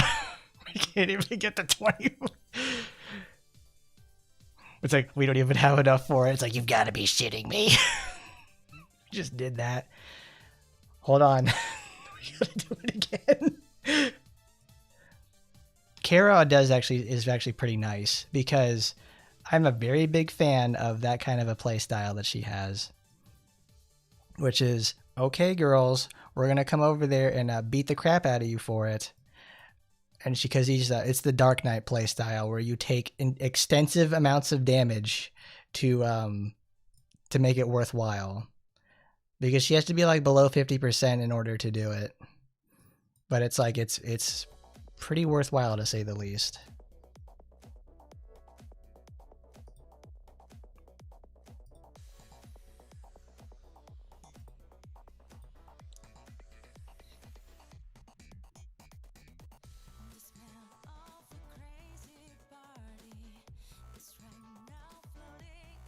You can see like the UI fuck up when that happens too. Oh my god, what are we doing back here? Okay. The first step of the step up package. You can acquire all the items listed below because, oh, I like this. Another crash live on stream. Oh my god, oh my god. Well, first of all, let's read about what Kara does instead of just jumping straight into it like this. So what happens is that Kara is obviously a legendary character. She's power type, moon, and offensive. But her passive is defensive. Increases the defense of all power allies by 15% in all battles. Which, terrible. Defensive passives are really not the best thing to have in the game because if you want to either go as fast as possible or you want to hit as hard as possible. Because making these battles last longer is the worst thing in the world. She comes with 84 speed, so she puts her in the same level as other 3 and 4 star characters, which means you better have some speed behind her, or else she's never going to get an action, or she's going to be too fast, or she's not going to be fast enough to get your Murasaki. You need her to be faster, slightly slower than your Minasaki so she can be buffed up, and also that she has enough turns to actually get more than the enemy. So let's go over her skills. Blood Mark is her passive, not passive, this is her basic attack that she's going to do every single turn when you're waiting for skills. Manifests a blade, and if her health is more than 50% when she uses it, the target is inflicted with a 10% bleed. First time we're seeing one of these bad boys on a passive like this. That's nice. At a 15%er. Lasts for 3. And then if the character health is less than 50 when using the skill, the target is guaranteed to be inflicted with 100% with a 10% bleed. So obviously she wants to sit around 50%. And these are just damage, no chance modifiers. Because the 50% moniker is important. So she'll be able to, she's a very, very consistent applier of bleed. And obviously flushes for bleed are, or the game calls it debuff explosion. Those are obviously diminished when you fight story enemies.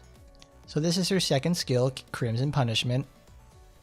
Instead of Blood Punishment, it's Crimson. I don't understand why they keep calling her the Crimson Lord, the Blood Lord. They use both, so it's a bit of a problem for me. Manifests 3 swords of blood and throws them towards the enemy. Damage increases into proportion of HP lost, just like Noah. Consumes 10% of own HP to increase damage by 25% before the attack, so it actually has a hurting ability too. And if her HP is less than 50%, on turn start, reduces the cooldown of Crimson Punishment by 1 turn, always active regardless of cooldown. And then it's just more damage boost because that's what she wants to do. Her ultimate is converts the blood the character handles into red lightning, striking all enemies 3 times like an Elden Ring boss. Recovers her HP by 7.5% for each ally inflicted with bleed before the attack. Inflicts vulnerable to bleeding on struck targets at a 75 and lasts for 2. If the target already is inflicted with vulnerable to bleeding, inflicts a 10% bleed at an 80% chance. Removes bleed debuff from all allies on the last attack. So she has application, the ability to apply more, a big hard hit, a recovery, and good team utility. So it's a nice spread of. So it's more utility focused with her. because this is make the buffs and debuffs stronger and the chance increases. So you're more or less trying to like, you're going to be using this if you're going to use several ults in a row that apply bleed. And then you need someone who's got like a debuff explosion because she doesn't. Because you're more or less probably going to be using your 2 a lot because it has a built-in cooldown reduction and everything like that. But how are we supposed to keep her below 50% health? Because if she just takes too hard of a hit and she doesn't have this, she just dies. Which is, wow, that's just the same as she plays in fucking AT. Awesome. When attacked, reduces damage taken by 15% for each bleed on the attacker. So that's okay. And then when attacking, increases the duration of bleed on the target by 1 turn at a fixed 50, which is nice. Good bleed extension is always worthwhile because it's scales from damage, because it uses the same properties as poison and burn. My problem is that, okay, she needs to get hurt to get the most usage out of her skills, and she has damage reduction that starts scaling from the amount of stacks on an enemy. So I can use my funny robot guy, apply a ton of bleed with Oboro too, and then she has and then with Noah too, because Noah has the same stuff. So once again, yeah, bleed is specifically designed to do less damage. Like it's like a big, huge, like 90% damage reduction for people who have like 4 HP based effects. So it's like really cool. It's only effective like in the arena. And then it's like you can't even do a flush with it correctly. It's really only useful for like tactical training and the arena. So that's what it's slowly turning into. So Kara's obviously, she needs some bulk. Well, she needs enough bulk. She needs health, like a lot of health, because she wants to take damage, but not enough damage. But she gets the most out of her damage from taking damage. She wants to be hurt, but not that hurt. Give me Sue equipment. Free! Oh wow, I can pick everything up. Great. Free! That's me. Wow. It's actually really nice. Oh, we got 2 boxes. Here we go, 2 box Shakur. Oh my god, Lois, they got me items. These are fucking useless beforehand. Alright, now I can play with Kara. Master of Blood Magic. Oh, fucking forget it. I'm Kara Cromwell, the Crimson Lord. I'm cooperating with you due to circumstances. I hope we get along. Kara, they just treat you so poorly, girl. This is literally her AT model.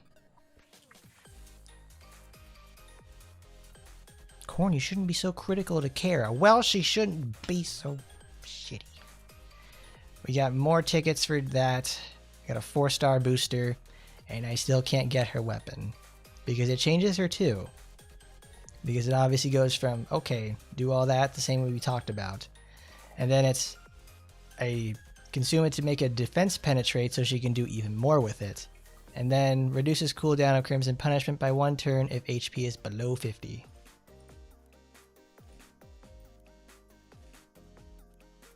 Turn start. See, this is weird because it's like, this is worded slightly differently than this. So I was like, is there something wrong with it? But no, it's the same thing. So it's a damage boost versus that. So let's see what her other weapon brings in there. It's no, not assemble. It's in research lab, weapon development. Moon power. Lunatic crown. This modifies her passive and gives her 4% more health. Damage scale. When attacking a target with bleed, performs a 15% lifesteal. Oh. Increases damage by 10% for each bleed the target has. Now that's good. That is what she really needs more than anything else. That's honestly really nice. Because it lets her hit a lot harder. But the enmity thing is like, if she gets this, then she'll do a lifesteal. And then she'll be able to do like an assload more damage, be at maximum health, and get no benefits out of it. She'll get to like retaliate. She'll learn to retaliate really well. Well, this thing's a part of the thing in the first place. So let's see what Kara... Oh, that's right. She also has... Oops, wrong one. No. Codex. Character. She's a moon. We care a lot about Miss Cromwell. This is literally her AT model. Look, she's so happy. Demon. Wow, who knew? The Queen of Vampires who rose to the throne and holds the esteemed title of the... Why do they do that? It's fucking Blood Lord. It's literally Kara the Blood Lord. Oh my god. So, one of the 9 nobles who rules over the demon realm. Uncharacteristically friendly toward humans for a vampire, she upholds the belief in the dignified and controlled vampirism, seeking mutual respect and coexistence between vampires and humans. Renowned for her overwhelming power, even among vampires, she bears the title Blood Lord. What? What? One who commands blood itself. She is a master of blood magic, capable of effortlessly defeating even the mightiest of foes. Her close aide is the Hell Knight Marika Krishna, who serves as her personal bodyguard. Of course, lovely lady who knew. Display, look at that, she's just hanging out. She got, this is literally the AT model. Big fan of Kara over here. She basically becomes Oboro. That's what she does. Look at that. She got her big cape. She got the boober action. She's very pretty. We love Kara around here. We're big fans of the Bloodlord herself. She's 1,000 years old, but boy, that youthful smile, she's no more than 20. Stand by. Stand by during battle. Yep, that's what she does. Run. Kara, why did they do this to you?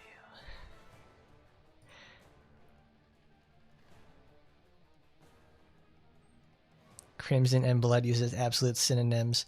We would have probably taken, what, just 7 shots reading her skills? And it's like, oh, offense type growth. Oh, that's right. At level 60, they have roll bonus stats. At level 60, gains role-specific growth stats, regardless of rarity. Applies to all owned characters of the same role. This is new.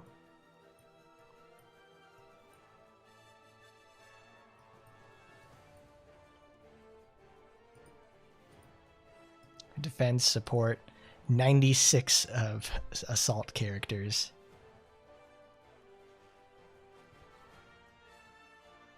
So wait a minute, I already have several characters that are level 60 in the first place. What? Because it's, let's go to Mercury, because that's where Asagi's at. No, this one. I forgot I had that in there. Okay, I have to collect it. Okay, thanks game. You have 9% progress.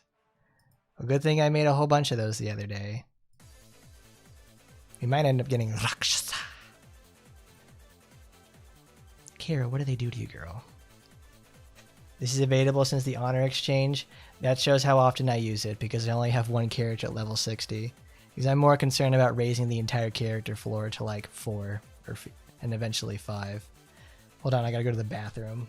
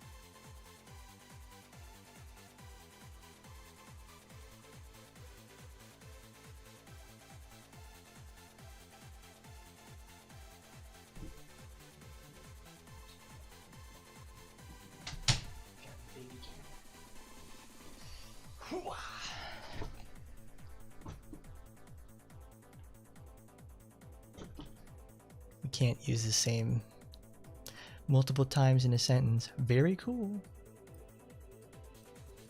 Where is it? There it is, because there's Noah's got another one with Chaos Arena Battle. Story of the DSO base. So we actually are just short for like, well, we don't have... I don't want Yukikaze, and I certainly don't want her. But I understand as time has gone, I will have them.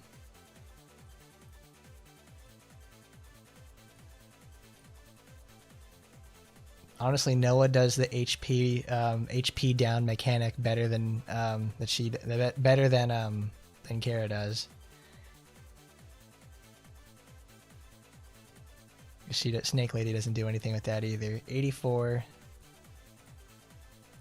That was like, how many other characters have different stuff for that?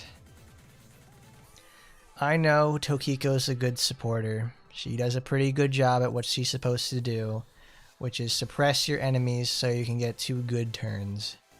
And then you can come out there and just do whatever the fuck you needed to do.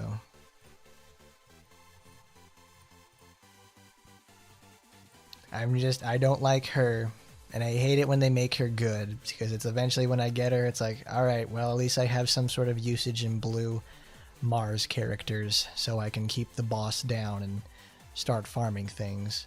Because I've got to start doing more things in my, getting those discs, so I can start leveling them up. Because I haven't done nothing for Mars, so it's very rough to do anything with. I've yet to combine my copies of Asagi because I'm going to wait until the event's over for that. Because time has gone further, I managed to get another event box. Event box. Shaolin boxing.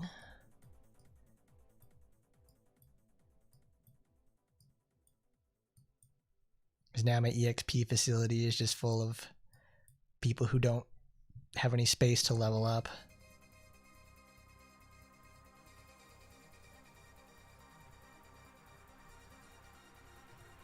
Actually, let's put some level 3s.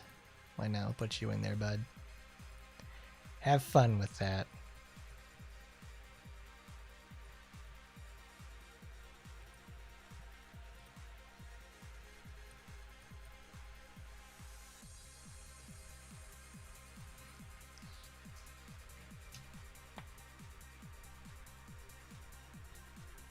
I mean, that's what it feels like for the most part.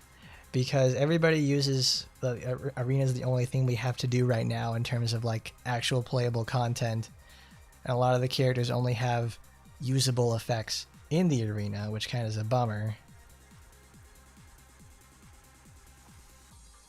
But a fast Tokiko usually like she'll get off like the first or one of the first 3 people to make a turn. Like they usually put like 110 speed, so she can actually get the debuff off. And then if they have delay, like she can delay debuffs from ultimates or something, and you can play a defensive measure. Because you don't exactly put, you don't exactly put her on the main slot for your team, not on your no, you put her on your defense team because it weakens everybody else. And then you do something like what? Put damage prevention stuff. Because burns and poison and bleed, they all chew through stuff like Nanase Mai's little shredder buddy, her shields or anything like that. Anybody that gives those, that's always a bummer. I need to mess around with this so I can put in a bunch of characters in there properly. Because now that I have a bunch of like higher rarity units, I should be putting them in here because they'll give me more value out of it. So, oh yeah, that's right. My biggest problem right now is not having enough of the all-around people.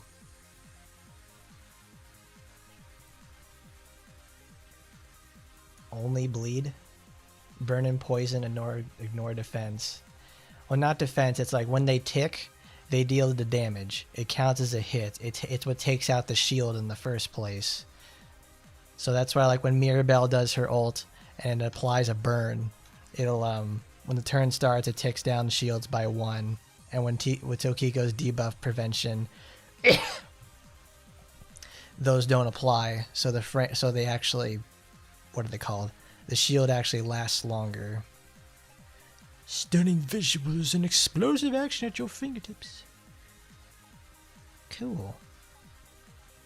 Oh, I like that. They got Astaroth in there. Where is...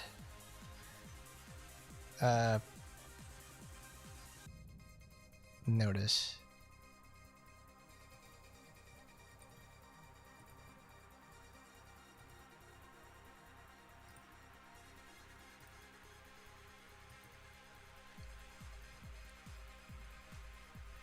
And it goes through protective barrier. No shit.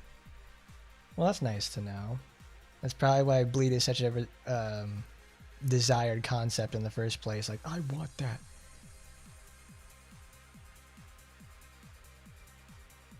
I need it even. Okay, there we go. We'll go back to here. Let's take a read. Take a gander and let's read up some more.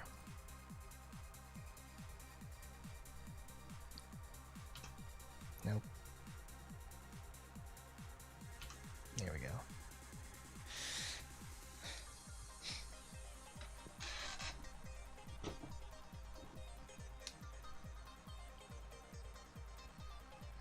But ignore defense. That's why it's such a big deal that bleeders actually get their stuff off, because they consume large amounts of HP, and it's the only place that they're useful. Either way, let's get started and read the news. Now that we have Kara, we can talk about it a little more. So we got Eleanor's login event, which is going to start on June 1st from July to July 15th. So that's over a month and a half. So you have a good chance to pick her up pretty much any time. So a login event is live where you can acquire various rewards for Eleanor fragments, tickets, promotion certificates, special fragments. So it's pretty much a login event where you can get Eleanor stuff. Maybe they were testing that out with Kiara to see what you do for the events. But Eleanor fragments, for logging in, that's pretty good. But it's a cumulative 30 days. That's why they give you 45. Then limited time packages, limited S, Kara Cromwell with her Scarlet Diadem weapon. They will not be added to Premier Special Recruit or in weapon supply. They'll be added to the Assemble and Weapon Development list after July 23rd. So you're looking forward in about the end of the month in August. Assemble. New characters have been added to Assemble. Added 5-star Eleanor and 3-star Tremor. That's our new guy. You can get Eleanor fragments from Clan Token Mileage Gems, all the other regular stuff we usually do, and you get Tremor from the new story chapter. You know, the new story chapter. Chat per 10. Chat per GPT. A new weapon has been added to the development. The legendary Tia Rusalka. That's her weapon. New chapter open, obviously chat per 10. New set option can be required as a reward. Attack booster set 4. Grants attack 30% for 2 turns at the start of a round. Very cool. New core parts can be obtained from the Mileage core box. Wow, wow. Obviously it's too good. Too cool for schooling. But like, damn it. So now they had some revisions to Noah herself. They got Randy's Nightmare before. It was raises the ground, inflicts a 10% bleed at a 95er. And now it's just modified if she's on the team with Kara, the target is guaranteed to be inflicted with the bleed. And if she's deployed, performs a joint attack together. Very cool. Very cool. They don't have an event together, but they don't have a bond event together, but they certainly do have an attack together. I hope they have more stuff like that in the future. I like that. Additionally, a typo displayed for probability on this skill has been corrected to reflect its actual properly working in-game value. Because before, 5% deals instant death. Now they changed it to less than 10%, so it's actually somewhat useful. And they gave a really big they made some, not I won't say big, they made some changes to Ingrid because obviously people are talking about how she's terrible, which was correct. She wasn't very good when she started. Because it was, what? Inflict with burn, additional attack 2 times. And if the additional attack is performed, perform a burn debuff explode. And if it's inflicted with burn, she does that, just that. And if the target's speed is higher than hers, damage increases based on the difference. So she wants to go last, but doesn't really have the baseline to do it. And now her mate is aunt and niece. That's very cute. Well, I understand that now, because it's like, Noah is made from like what, black particles or something. So it is a part of her. It is a part of him. So that would make Kara her aunt. That makes me surprised. Then it's like, so Kurenai is Black's daughter. Why isn't there an interaction with her? And also, Black is in the game. Where's the interaction with those two? That would be fucking awesome to see. Oh, like, that would be really cool. But obviously, like, only very, very few people have Edwin Black in the first place. So to nobody's surprise, it's like they wouldn't list it. Damn, that's really cool. Because this is like the perfect game for people to have like bond attacks and all that sort of stuff. I hope that Rangers lead the way. Come on now, Kara. Bring in a whole new generation of character interactions. Because there's a lot of characters previously who would have had that. So Neil's Evil Flames.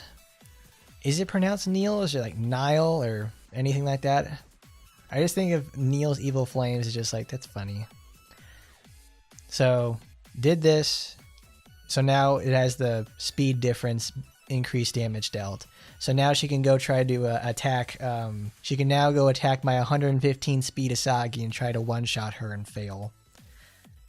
Black Flame Hell Knight does exactly the same thing, but now, if not attacked during the enemy's turn or is hit by an all-target attack during enemy's turn, grants 1 protective shield to an ally with the highest attack, excluding self. Well, she's designed to be a tank, so now she can actually be slow and provide some value. Well, she doesn't have immortality like Murasaki does, so she can't like take the speed difference or being slow or getting low into HP and turn it into something. So now they changed her, okay, give her speed instead of, okay, give her attack so she can make it worthwhile. Potential Woman strikes again. I love you, Ingrid, but they just really learned how to mistreat you. Because Ingrid in AT is like an absolute firestorm powerhouse that makes you feel really good for just blowing stuff up completely. Now she's like, all right, I'm a paladin. She plays like a paladin, but she's called the Hell Knight. When in reality, our Chaos Knight HP user is Noah, who does that really, really well. She's awesome with it. She's busting it down. Let's see. Probability. All enemies are inflicted with burn. When defeating a target with this skill, all enemies are inflicted with burn at a 90% chance. I don't know why they didn't do this in the first place, is like listing the probability, because at the beginning of the game, everybody was like, that's what the problem with this game is in the first place at the beginning, was where they would like show skills like inflicted with burn. So you would think it's like, it's a sure thing, but no, it's a hidden probability in there. So now they're like, every update they retroactively add like the probability into these skills when people report about them, because like the low rarity characters don't have this. It's only like the legendary characters that everybody like pays attention to get these sort of changes. Well, at least the characters people use, because it's not like a reading the skill explains the skill. They have to add these caveats. So the more important stuff is the new features in the game. We have the Upgrade All feature. A feature allowed you to upgrade the grades of multiple characters simultaneously. Characters to be upgraded can be selected in bulk by grade, and materials used for the upgrade can also be selected in bulk. This is fantastic. I love this, because like yesterday when we had half off half off AP for main story, oh man, leveling up those guys no longer is a chore. Good stuff. In-game changes, team deployment effects added. So before, when the deployed characters shared the same type except for balance, HP and attack 10% boosted. Okay. Now after, does the same thing, and when all the deployed characters have different types from each other, all the characters' HP and attack increase by 10%. Rainbow Team, go! There we go. And they added that in there. So now they have lobby interaction. Touching a character in the lobby triggers reactions according to set motions instead of just voice lines. And additionally, rare rarity characters that have a bond can now be set as profile portraits placed in the lobby. Yay! So now we have fun targets like Kuro, Tatsuro, Kasahara, Tatsumi, Lila, Minasaki, you know, everybody that people like using. Some characters' reaction animations may not trigger specific motions. Striking their battle pose, of course. Products added to the mileage exchange post. So now they have new additions to mileage, which is good. One legendary character available to special unit every 30 days.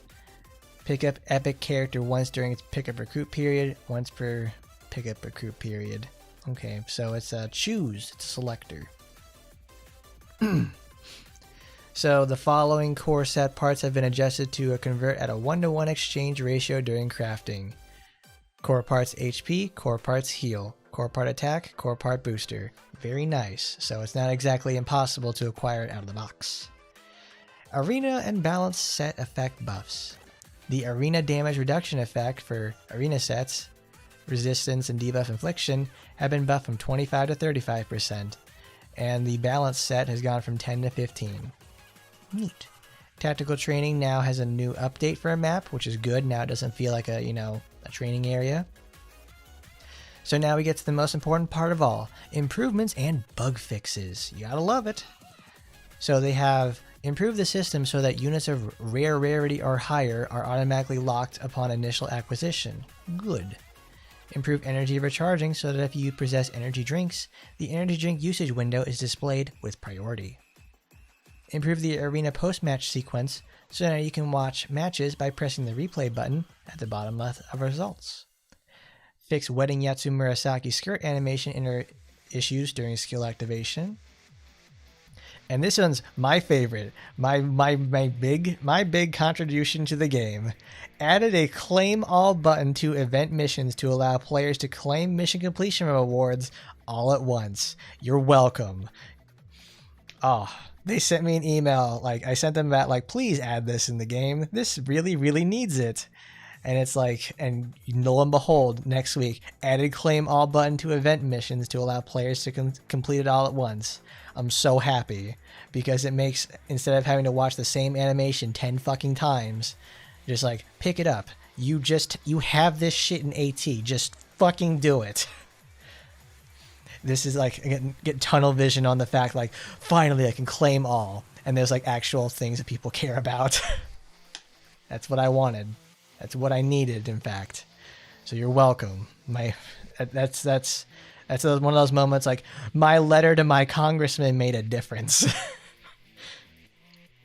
Change the default state of include items during autofill checkbox to unchecked when selecting materials in character training and skill.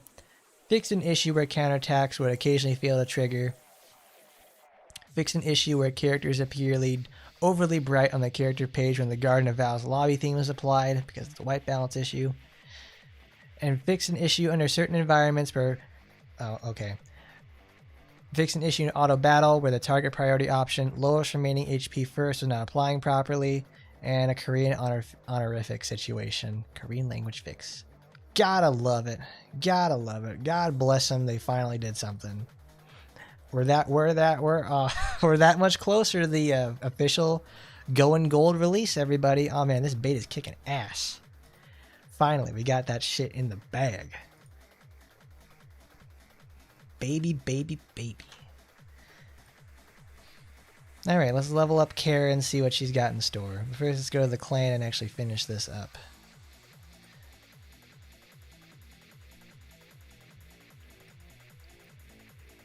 Things have been running slightly smoother, but maybe it's like a placebo effect in some cases, because it almost feels like what do they call that? You know, like what do they always say? Oh yeah, every time you do every time you get like the oil change or do something to your car, it makes 5 more horsepower, you know. It makes that much of a difference. How many do I have? Because I haven't played in some days. Okay, I think I'm all right. We're almost there. We're almost there to the official release. It's gonna be great. Can't wait. Because literally these are the changes you do at like the beginning of the game. All right, let's go to the main story. I was about to click on challenge mode. I'm like, why can't I do that? Oh, we're not there yet. Hold on, I forgot. We need to get out. Need to turn on the volume for the game. I gotta pump up the jam because Mr. Rogers has to read me a story. Mr. Rogers, can you read me a story? Mr. Rogers. Okay, that's fine. Action Taimanin. Action Taimanin.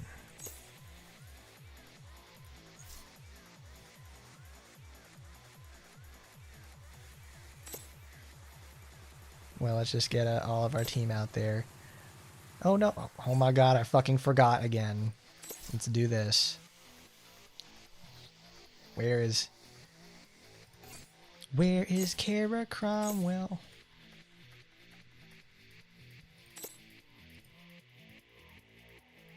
Commodus, please. Be a deer.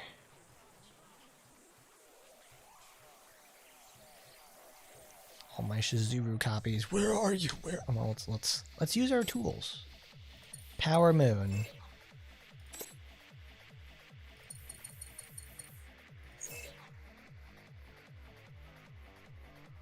Oh, that's right. If you use tickets, it doesn't work. 12. That's my man right there. I'm almost there. I'm almost there to having him all 6s across the board. He's going to be fully maxed out, and I'm going to be so proud of my little man. I don't have any cores for him, but it's okay. He's the best robot buddy I could ever ask for. And the fact that Kara does like bleed support is like, it makes me so happy. I'm like, yes. Yes, thank you. Thank you, God. Thank you, God, for giving Kara support with my little robot buddy.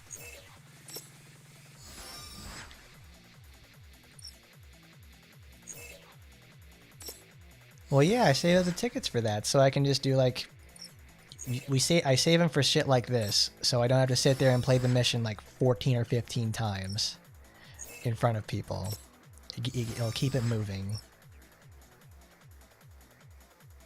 Yes, you can. And that's why it's because it's like what? It's Oboro. It's Oboro, Mr. Cool Robot Guy.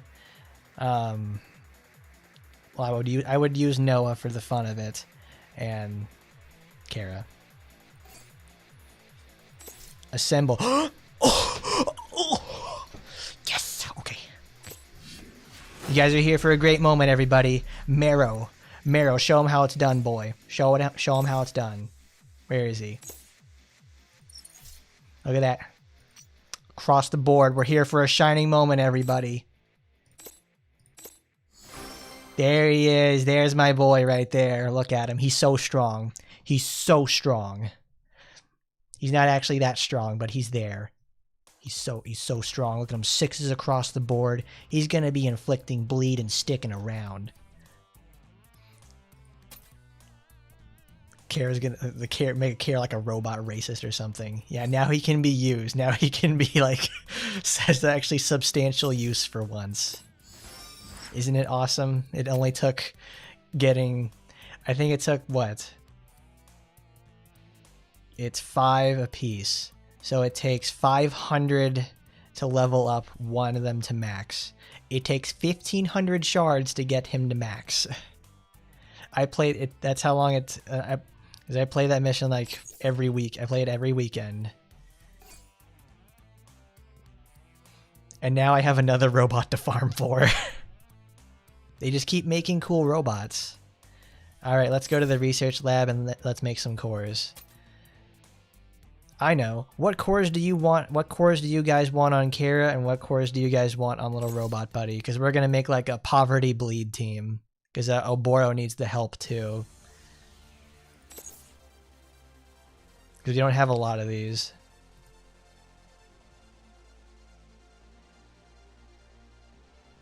Because if anything, I want my my little guy to do that.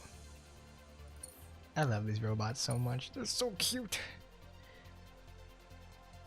Because I would think for Kara, I want her to deal as much damage as possible. That's the whole thing for her. She's designed there to just be like an absolute powerhouse to punch somebody in the face. So that's my goal. I would think I want to get her like... Well, we haven't even seen what she looks like in battle, so we have her... Well, let's go to inventory and think about what we want to do with her. Because we need to, 1, ascend her, 2... actually use her, because we don't even know how many hit counts she has on her stuff.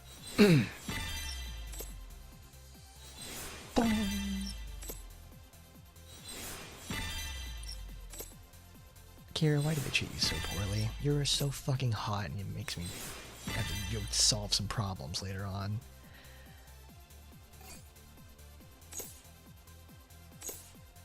You're like the best scenes ever. And yet they treat you like trash. So let's think about what kind of cores we want to put on Kara, because I want to see what she looks like in terms of moving things along. 襲いかかってくるたびに無力化した米連兵士に事情を説明したが通じなかった。すでに米連内にも謎のタイマニン部隊からの攻撃で犠牲者が出ており、彼女たちの言葉は信用されていないのだ。しかし犠牲という意味ではタイマニン側も輸送機を落とされ、操縦士たちの安否は不明。あの爆発では助かる可能性は高くない。彼らが襲われたと主張している先遣隊ともとっくに連絡が途絶えていて、その真偽は不明。少しでも状況を把握するため会話を試みるも、聞く耳を持たず襲いかかってくるばかり。話し合おうとしていたタイマニン側としても徐々に鬱憤がたまり続けていた。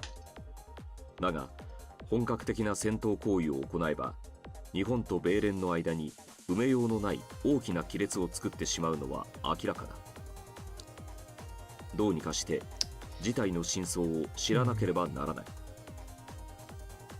撤退ではなく状況を収める道を考えるとあまり多くないがいくつかの選択肢があることに思い至った。米連の中でもタイマニン側に近い組織 DSO 防衛科学研究室は米連国防総省の下部組織であり、室長に仮面のタイマニンを据え、他にも高川明日香をはじめとした信頼できる者が多い。過去彼女たちと共闘したこともあるタイマニンたちは少なくとも顔を見せた瞬間に戦闘へ発展する可能性は少ないだろうと考え DSO 本部へ向かうことにした。 Where are they?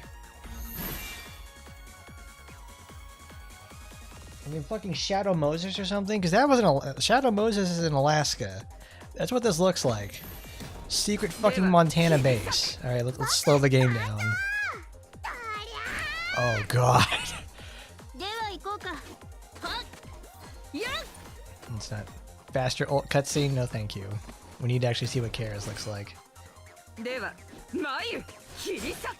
Kara doesn't even get a turn because everybody's so fast. Oh, I love these. Oh, I love these little guys. The green one looks like the little Metal Gear Walker from Metal Gear 1. Wow. What, you thought I was gonna say geckos? No way. Can we get these guys? Oh, I love the little robots. Oh, this is great. I'm actually now looking forward to chapters. I'm actually looking forward to chapters now to see like the new enemies and robots we can get, because they're so cool. Oh man. Oh, I love them. I love these little guys. Because it's the robot dogs we have, like, you know, we saw those all the time in AT. Or it's fast speed.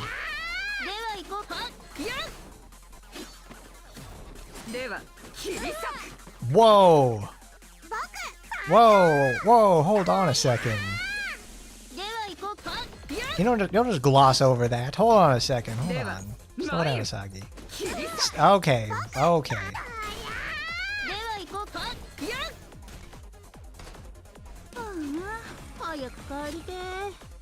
Excuse you. Hang on a second. Okay, we defeated that enemy and completed the mission. Now we gotta go back. Oh wait, it's right here. East Soldier FO1. 40%. Oh, jeez. 40% up. Photon shot. Very nice.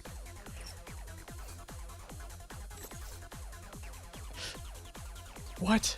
Where's the enemies? Oh, that's right. It's characters.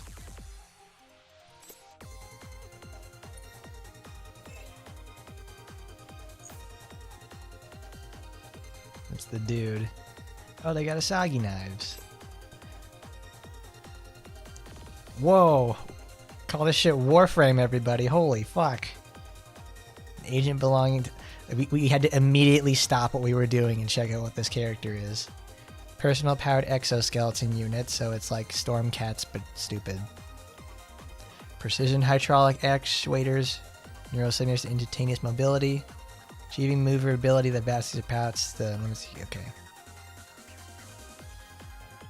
Flawless precision shooting, doing high-speed maneuvers. Ooh, so it's the suit from Vanquish.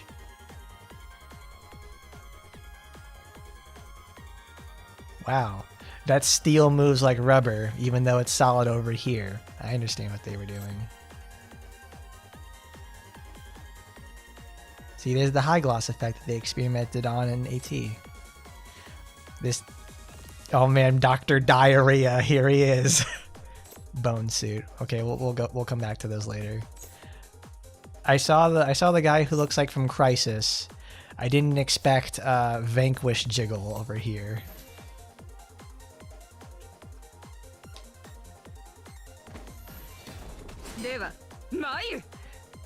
Thank you, Myth. Thank you for noticing.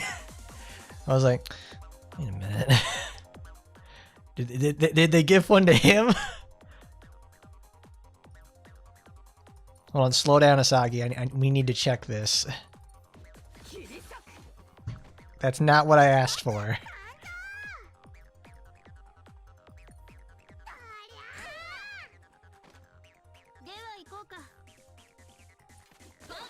Everything dies. Everything. We haven't even seen what Kara does.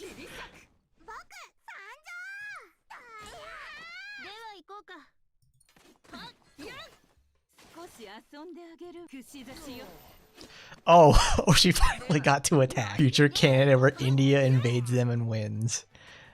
That's right. They had I think I told this. It's like I watched this movie Border 2. It's the Indo-Pak War from like 1978 or something.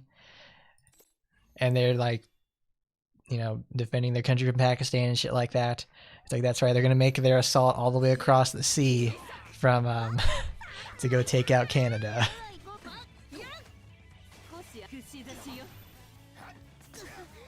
Nobody would have ever said it's like, oh, Canada and India instigates World War III with Canada. Who would have expected that? Nobody.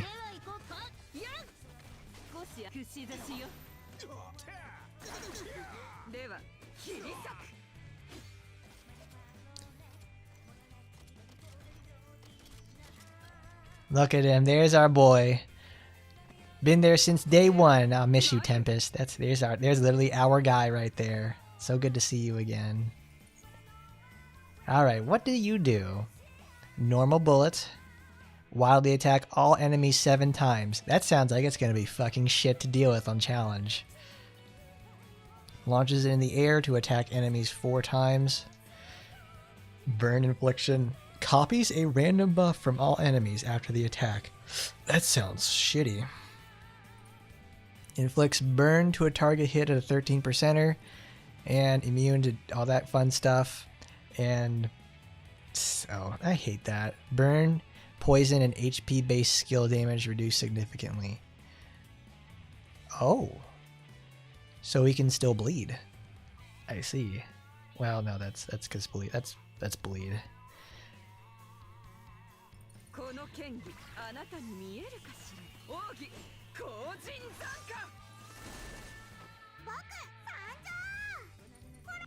The copies the buff thing is actually going to be pretty damn devastating.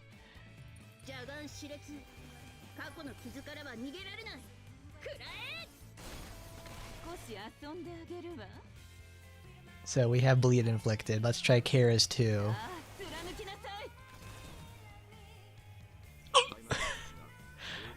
I love that. He's just DSO の本部へ到着すると、ようやく一心地つくことができた。まるで氷河期の再来を連想させる世界で冷え切った体が室内のぬくもりに触れて癒されていく。日頃の信頼関係のおかげか、DSO の支部長はタイマニンたちをすんなりと受け入れ、話し合いの場を設け、現在米連で起こっている事態の顛末を教えてくれた。先遣隊として到着したタイマニンたちによる米連部隊襲撃事件。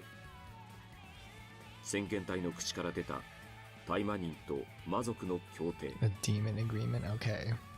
They thought they were smart with that one. この米連の広大な大地のほとんどを寒冷化させている何か、そのすべてが混乱の原因だった。Oh, so it is an ice age because it's like, what is this? This looks just like fucking Cleveland in the winter time.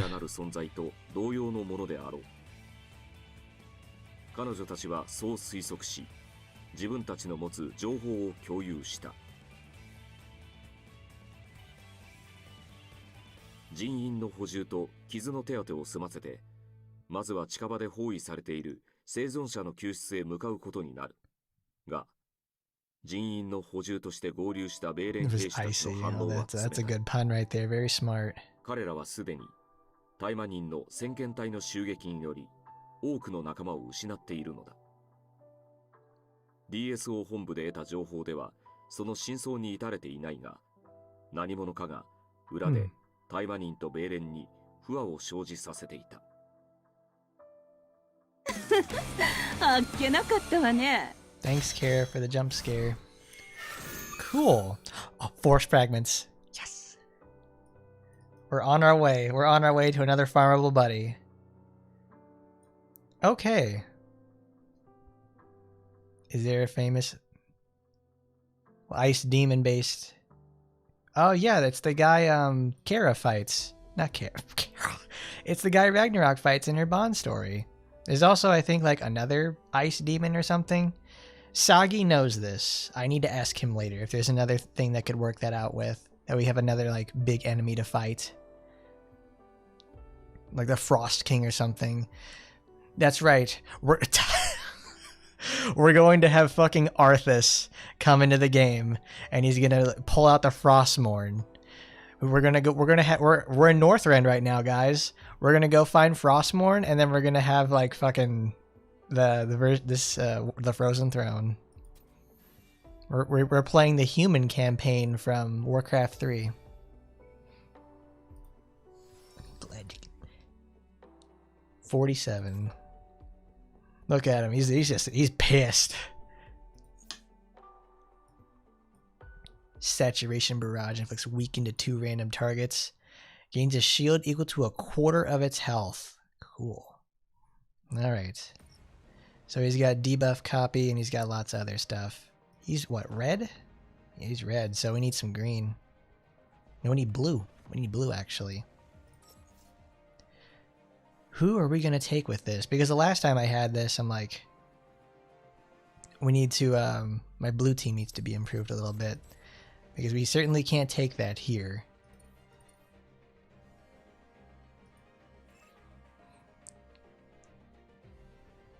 So Tempest is naturally slow, but he packs a pretty huge punch when he does attack. I almost want to give him some sort of like big deal slow to really hold him down.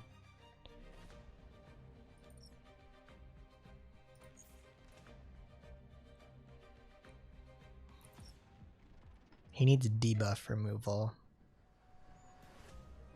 I also want to make Rinko.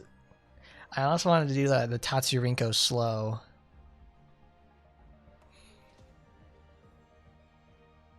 We will certainly need Asuka here because of her. Because if we don't buff ourselves, that'll be fine. But it's like then we don't have it.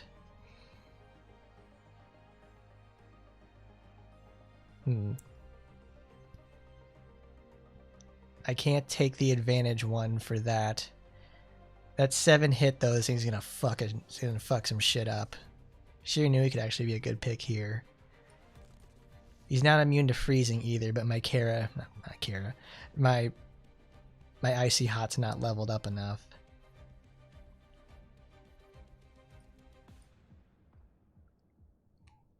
We'll try making our speed increase. We'll need her for the AoE attack to bowl over the boss.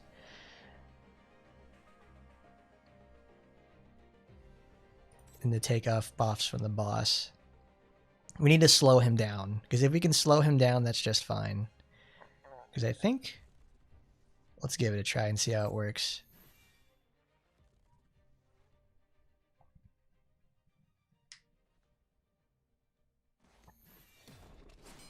My son, this is not the world we intended you to inherit.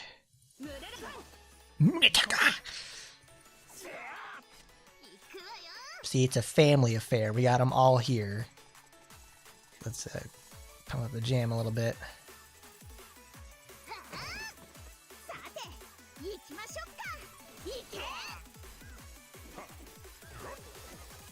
Thanks for using your one action.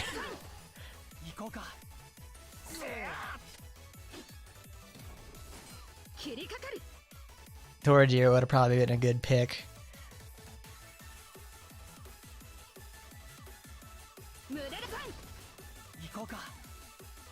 The multiple stacks of bleed. Oh, Kara would have been great there.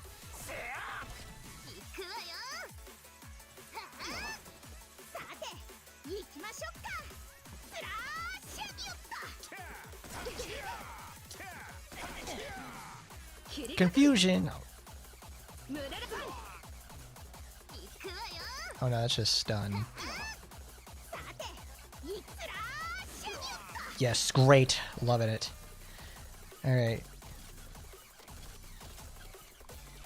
How fast is he? I think everybody's at least above 90 speed.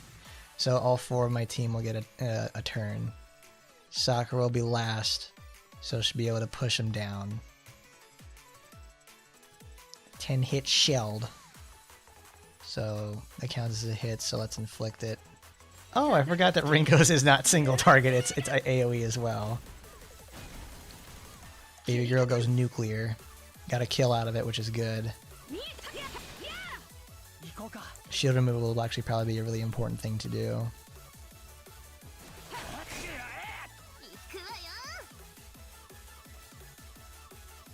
And Sakura can take care of that.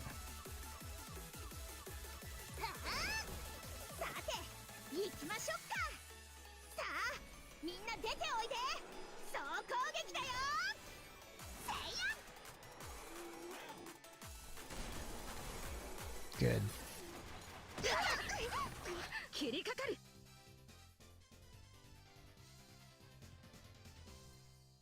So that copied the speed up and that copied the stealth. Okay.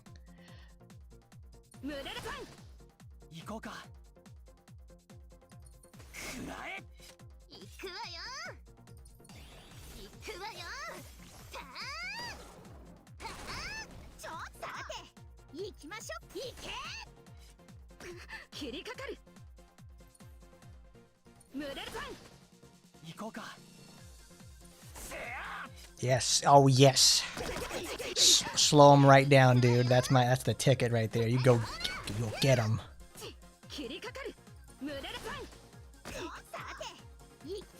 Sakura is just having a bad day.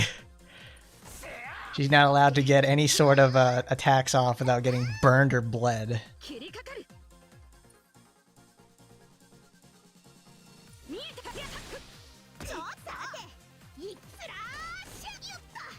And then it'll attack one more time, and it won't kill. There you go, Tatsuro for the win. Because I was like, okay, that could have probably went a lot faster. Now I need to start planning for how I want to auto this. Because he has the shield. The AoE coverage will do. That shield is going to fuck things up though. That means you need to delay the turn slightly. But if it's an on-hit effect, it'll be just fine. That was good. That was really good. Because the Tatsurinko slow is very, very good. It's insanely effective, like just about everywhere in the game. Because most bosses are immune to the really good stuff, like stealing your fucking bar, but they're not immune to slow. Not yet, at least. I 100% make it certain that at some point they will just say, we're gonna make it so you can't copy the slow. We did get it in one turn. That was really nice. Because I know if that fight goes any longer, they'll either get like getting bled out will be a certain thing. Oh god, it's the Hydra. Fuck that. I'm not doing that today.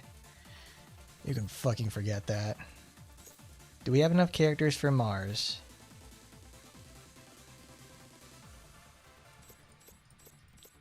Well, yes, we have been fighting him for years, so it's always good to know that he didn't stand much of a chance.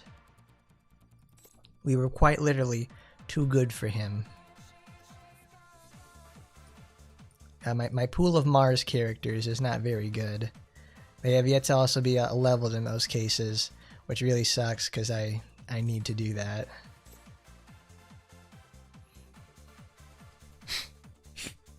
Goodness. So let's at least do a couple of these. So when I was seeing how Kara fights, she does a lot of single target hits and also low hit count on all of her attacks. So it's extremely important. So she needs the attack and probably some critical rate behind her to really take advantage of what she brings to the table. Because without that, she won't get anything out of it for the most part. Because she's all about putting your eggs in one basket and trying to really just end the fight as soon as possible.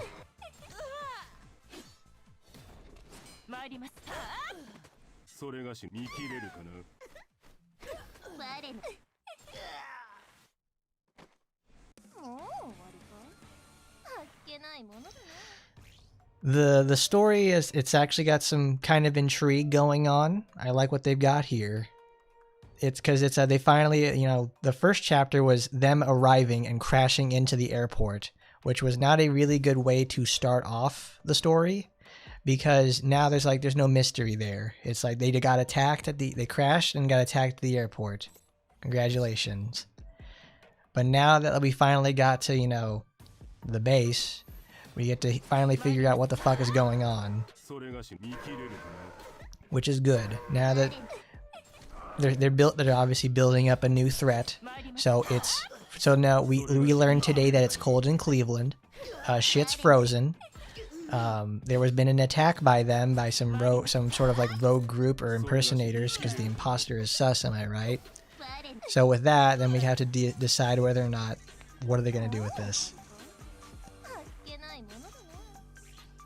Because it would have been really cool to hear, like, you know, our group of Taimanins makes it to the DSO base, and they talk to you know, Oboro and Asuka to find out, hey, what's going on, instead of, you know, well, this is obviously this is just a classic complaint about, all right, the presentation is very, very poor, because this has been a really good time to have, like, you know, Asuka and Oboro tell us all about, man, shit sucks here in America, dude. They froze it all over. You know, like that. Instead of, an unknown force has made it chilly here in the States.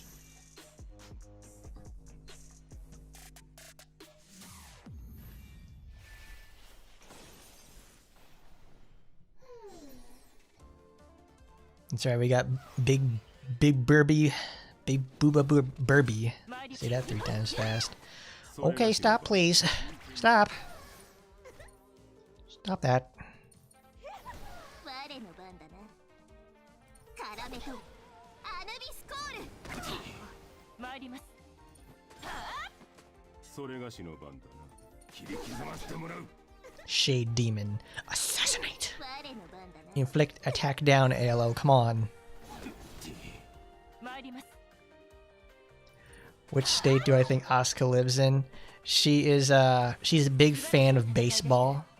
So she probably lives in a place where there's really big baseball culture or like a team there. I want to say somewhere like, I think where she's at right now is Frozen. So I almost it feels like it's going to be somewhere in the neighborhood of like, you know, the northern United States. Like she's a Minnesota Twins fan. Or she's like a Chicago Cubs type of person, because that was the first thing I thought of when I saw the Frozen area was like she either that looks like a picture of fucking Cleveland or downtown Chicago with the way the river looks. 参ります。それがしの番だな。 I don't know. Asuka's pretty bitchy though, so she's be like the ultimate big city girl. She could be a Yankees fan, but she's the type of like rough and tumble person. So it's like she's a Boston. She's from Massachusetts. She's a Boston Red Sox fan. 我の番だな。もう終わりか。あっけないものだな。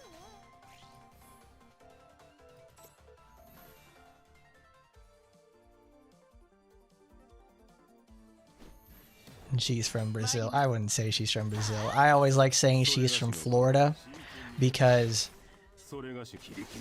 she has that very harsh and brazen attitude about her. アヌビスコール。参り。それがし見切れるかな。我の。参ります。それがし見切れるかな。 That or she could be like she lives in like the outer Washington DC area because she has to do a lot of stuff with since she has to be near Capitol Hill all the time, or she has to be in Langley a lot.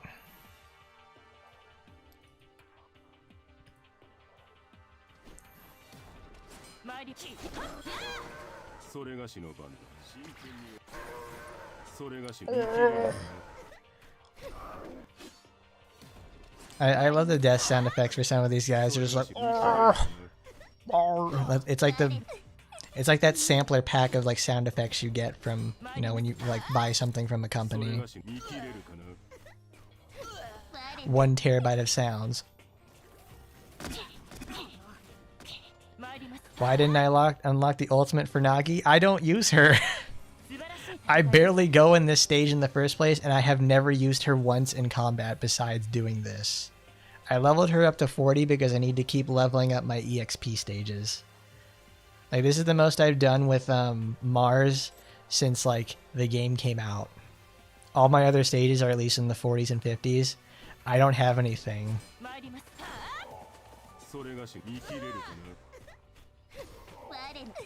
Because the thing is, like, I have to level these people, and I have to give them all cores.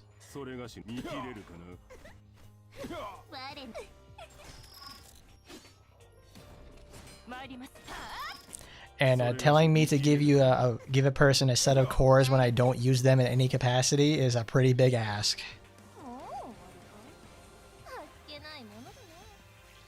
Because eventually down the line, I will have to give them all cores. Like we're now at the level 10 one, where everything is actually dangerous.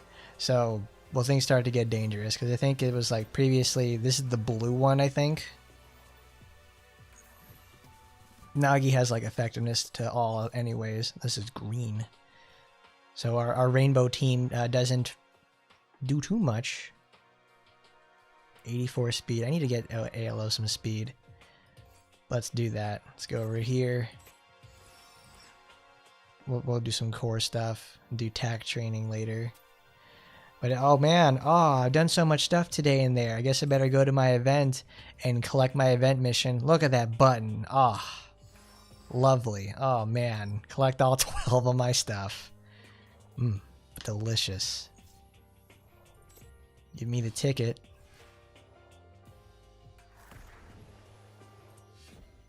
I mean, I understand. I know I need to equip them to my...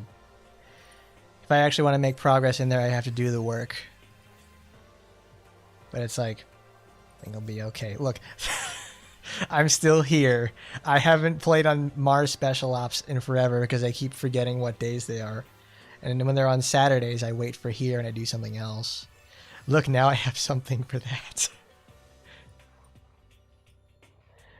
Oh yeah, that's right. They're not retroactive because I already have research trait on them in the for the most part.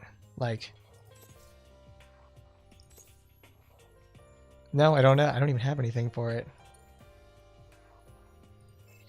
I had to use 20 of them. I'll never be able to do it again. 2 of them? I don't even have enough to do that. No, thank you. All right, let's go make some stuff.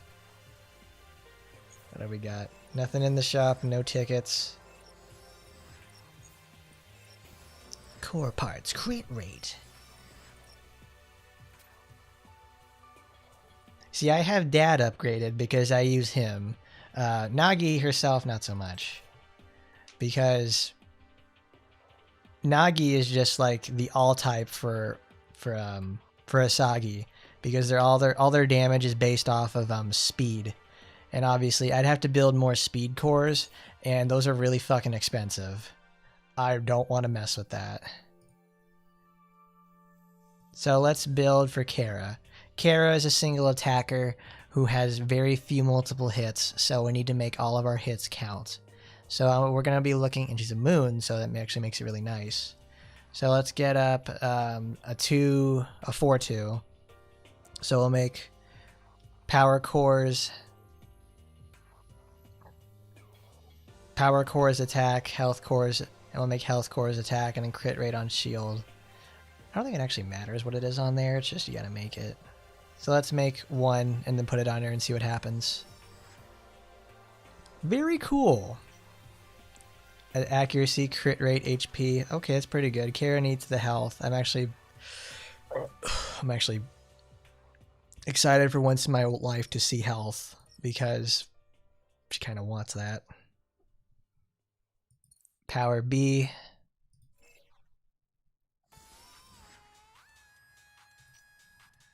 Crit resistance and evade. Okay, that one sucks.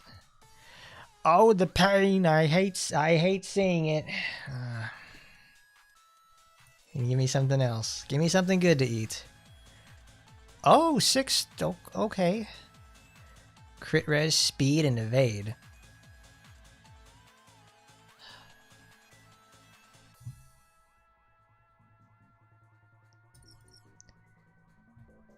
All right.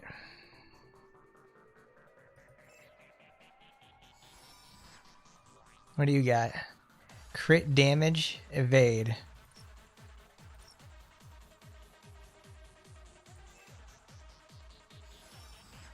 How about this? Evade, HP, defense.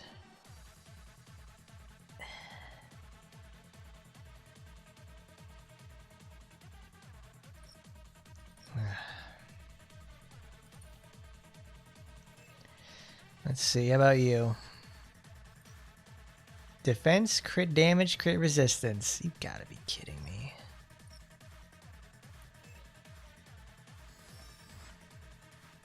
How about you? Crit res, crit rate. Oh,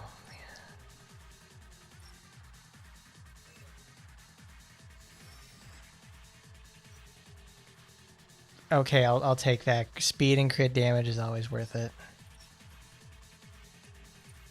God, it's painful. Those are terrible. Kara, I want you to be strong, girl. You need to do what you need to do. Okay, please God. Defense, HP, accuracy. Man.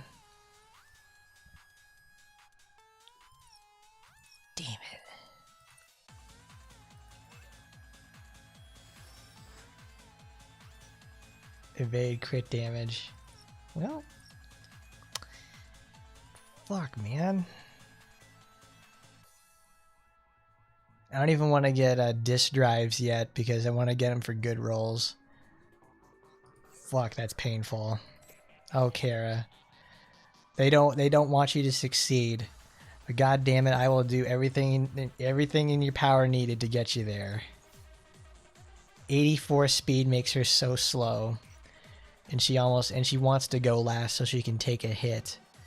But it's like, come on, girl.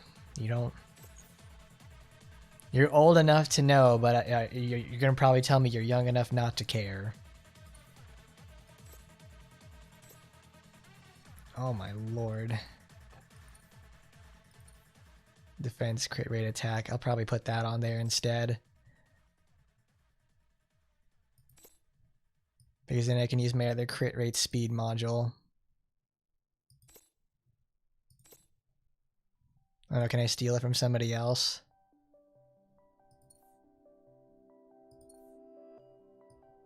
Oh, I don't want to get rid of that from Mirabelle because that gives her like that's nice because that's the finisher. Yeah. Oh. Oh lordy.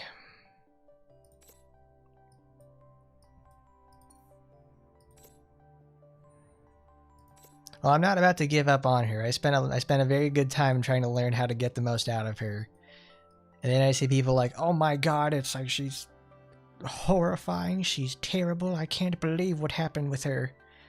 I'm like, well, see, with Asagi, she's already started off good. I don't have to worry about her. With Kara's like the school project you have to spend the whole year working on.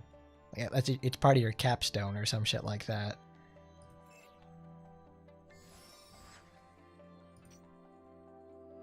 Okay, speed. We'll just make her faster.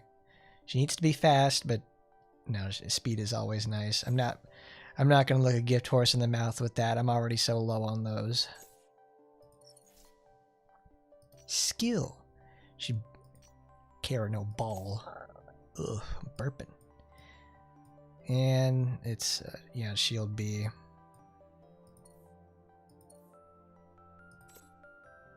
Got like the crappiest of cores. I had to take them to like the highest rarity pot that takes up the highest thing ever. I don't want to unequip. I want to upgrade.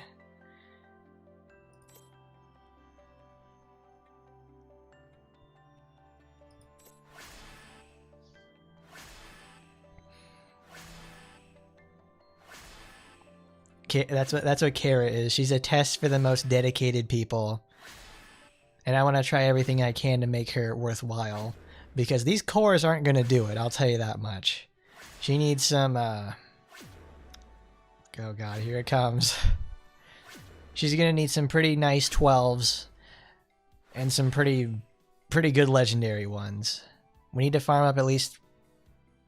I need to at least get me a good one that gets like, some good disk drives.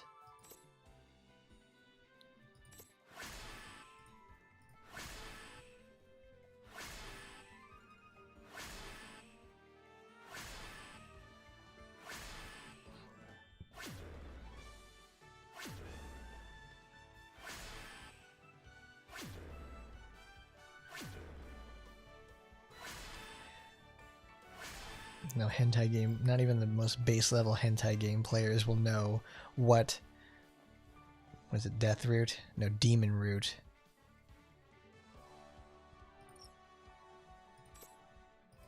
That's a good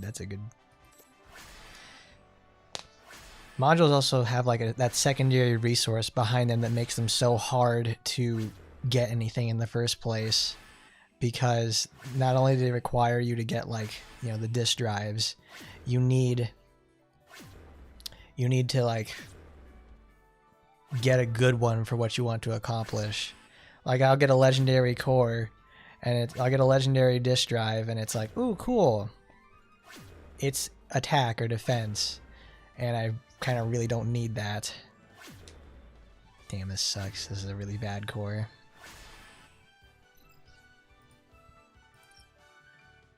I mean, my girl's bricked up to say the least, but it's like, She's wearing them for right now. That'll certainly be worth the effort, though. I gotta find ways to make Kara successful.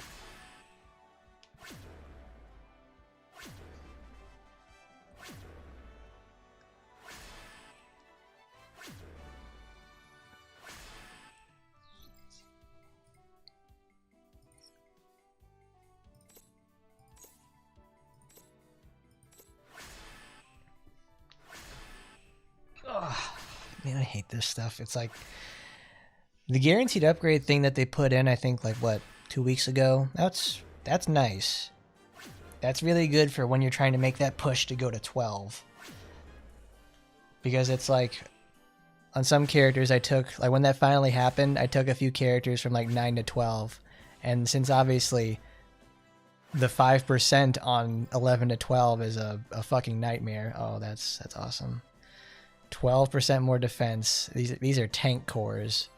If I'm gonna put them on someone, I'll take these and put them on them.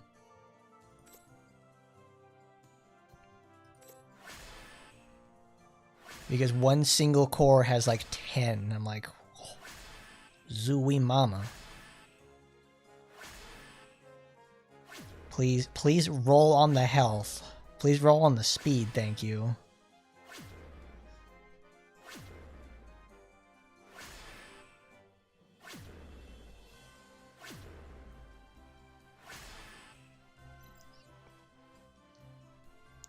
She's managed to go up 1 point in speed.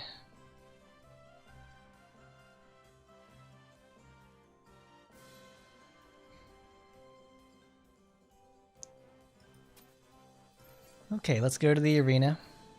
We gotta do that this week. Ah, thank you. I'm still on 5.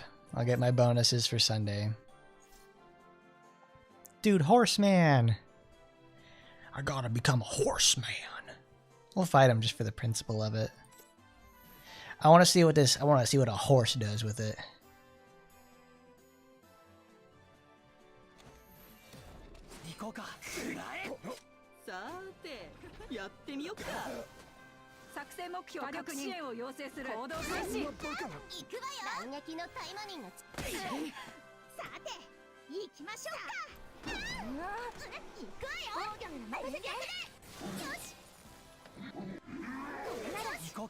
Oh, that's right. These guys have like a 40% attack up for that.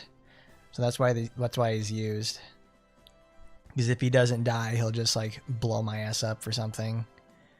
Because he's done what he needs to do. Kiara's not going to be bringing the heft.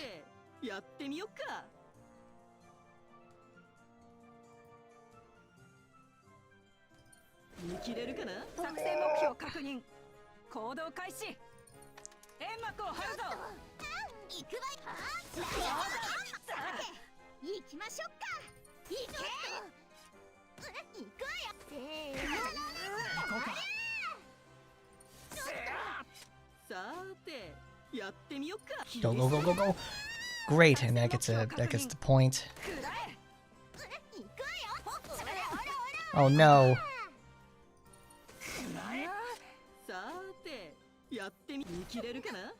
Good job. See, this is the one I want to see instead of Chizu getting the AT, because Rakshasa has a lot more going on than the Shrine Maiden we're about to get. And you can already tell that Rakshasa is going to be a massive assault unit. That's the song that's the character you get. You start playing Rollin' by Limp Bizkit when she gets in the game. That's a video I'm gonna probably do, like whenever she gets in the game. It's gonna get fucking demonetized because it's gonna be like with White, where I use Sledgehammer by Peter Gabriel, because it's fucking awesome.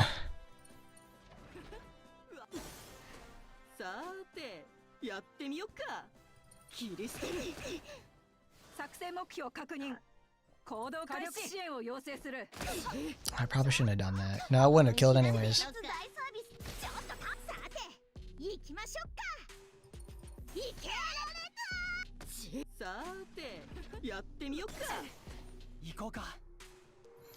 Well, the thing is, Chizu's not even going to be like bad. She's going to be nice in team situations for those, for players big and small. まだだ。俺はまだ。任務完了いたしました。 My Florida woman putting her down. Yes, ma'am.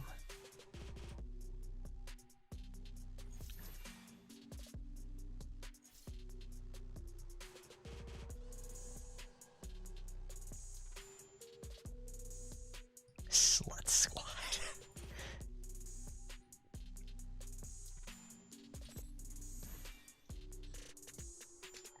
I just don't like it when they make characters I like bad. Shizu, I know, is going to be a nice, solid release, and I'll certainly live. But if they add Rakshasa and she's bad, that's a different story.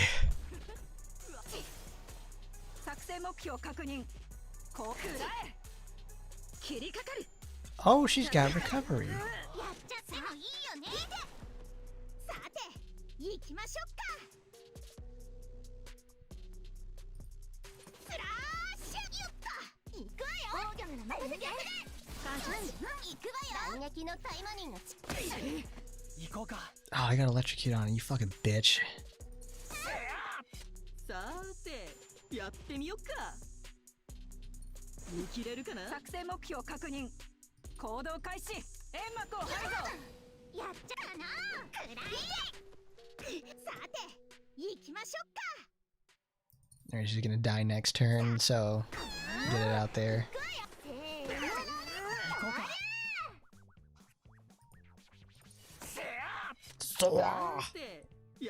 Hiya! Apply a burn. やっちゃってもせーの。行こうか。さて、キリストに負けた。 悪くない戦いだったな。 Because I mean, also it's they obviously got really good traction out of their post on Twitter about her, which is good. But obviously those likes don't translate into sales, or usually don't translate into likes and everything into sales and anything else like that, which is a bit of a problem. All right, I need to get rid of Nanase Mai. Evaded. That makes me feel really awesome. That's not what I wanted to do. That's great. All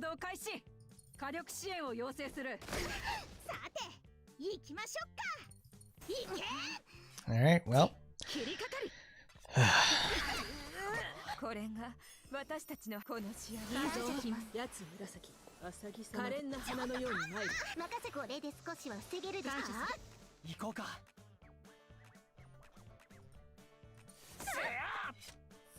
Wait a minute, they didn't have the ult for her, really? ここまで。さて、やっキリスト。さて。作戦目標確認。行動開始。くらえ。作戦目標確認。行動開始。煙幕を張るぞ。さて、行きましょう。 I'm sorry, Asiago, it has to be like this. じゃっじゃーん。私たちの勝利だね。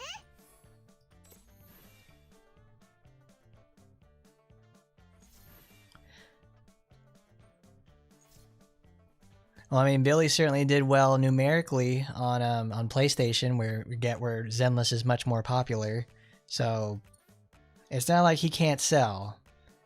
Like he knows how to draw him he can draw a dime. He can do it.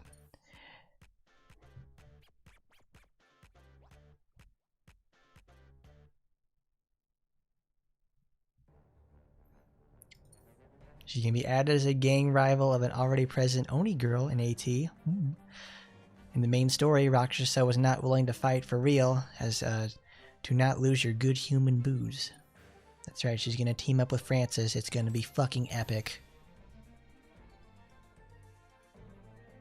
Even though Rakshasa is designed to be like, you know, super speedy semen demon. She's always got hero win too.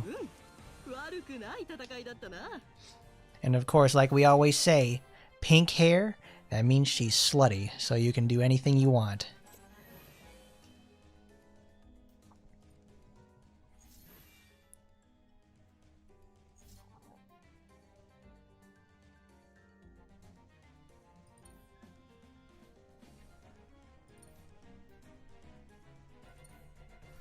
Well, I mean, real ones understand that Starlight Billy is where it's at. I'm so glad he made it. He's so cool too. He's exactly what I asked for. Not only is he like still the dorky powerhouse that everybody loves, he's actual like bro's got aura. Not the negative shit. He knows how to throw down.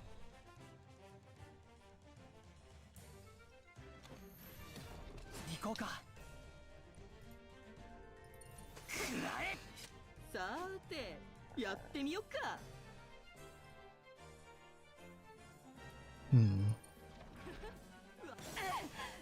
作戦目標確認。行動開始。くらえ。行くぞ。風のごとく。ちょっと、さて、行きましょうか。作戦目標確認。行くわよ。乱撃のタイマニンの任せてください。皆さんも感謝する。 Oh, I didn't apply burn. Well, that sucks. 作戦目標確認。行動開始。くらえ。さて、行きましょうか。行け。 Scared of all your turns. やってみよっか。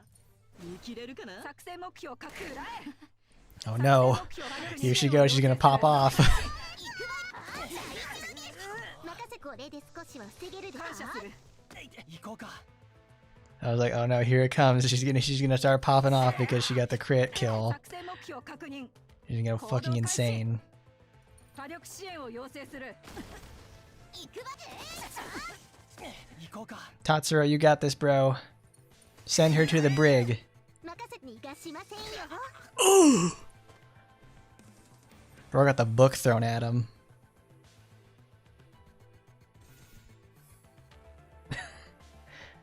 Well, those two are Yuffie and Sophie, okay? Please understand. Oh, my lord.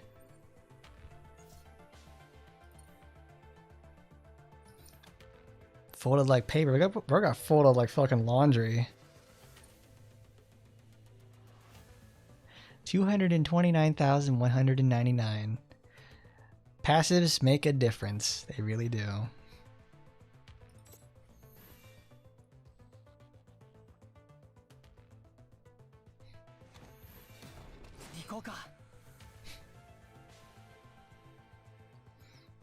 Oh, okay, Kuro. We see you over there. We see you aura farming, bro. We don't need a reminder.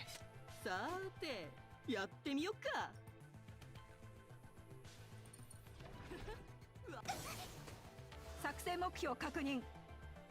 I mean, it's not exactly a whale situation.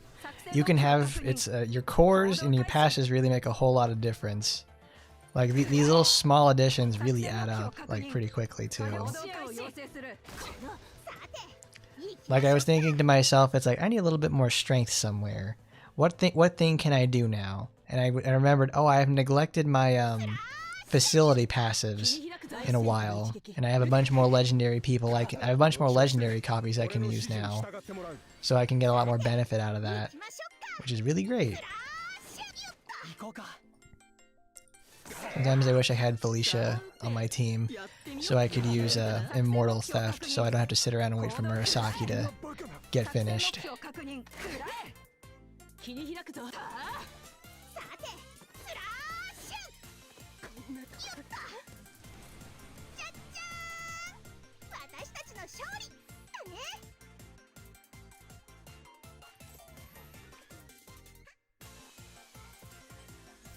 Yeah, and those guys also usually have all 6s across the board for whatever they're doing. Like, it's not out of the ordinary to see Mirabelles within like the 120,000 range by themselves.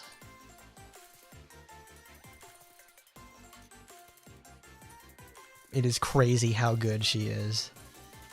in both in the arena and in PvE. Like I love her. She is so awesome.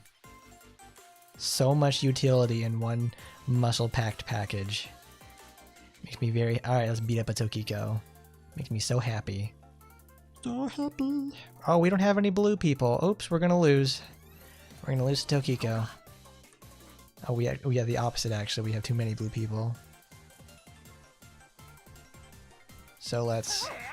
Nope, we didn't inflict slow, so we're kind of screwed now.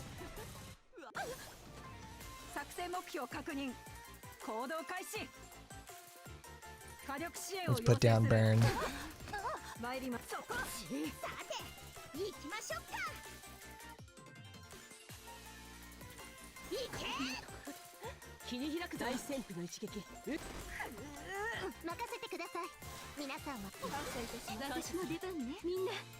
Like, you just level up her passive and you level up her level 1 skill. Well, her first skill. So it can do as much damage as possible and just start popping off and sweeping the entire field. Oh, that was a bad move. She just put down a damage immunity.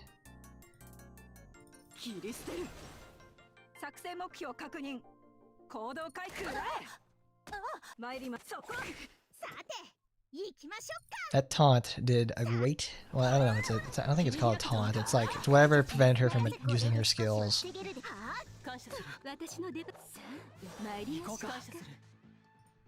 Go get him, Tatsuro. Yeah!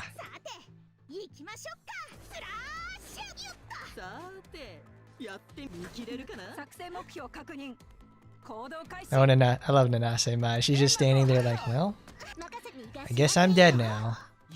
Goodbye, everyone. I'm died.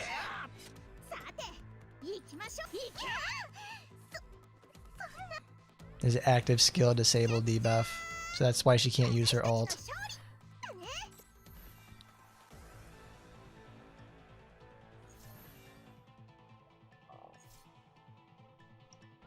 We got 2 tickets left. I got 2 tickets to paradise. You can pack your bags and leave tonight. It's not even the right white hair lady for that one. Let's see what this does. Let's see what the rare team does.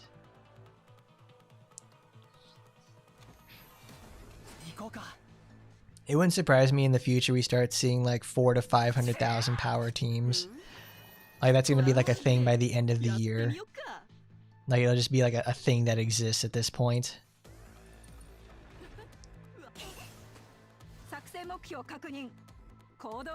Let's put burn in case they apply any sort of stuff like that.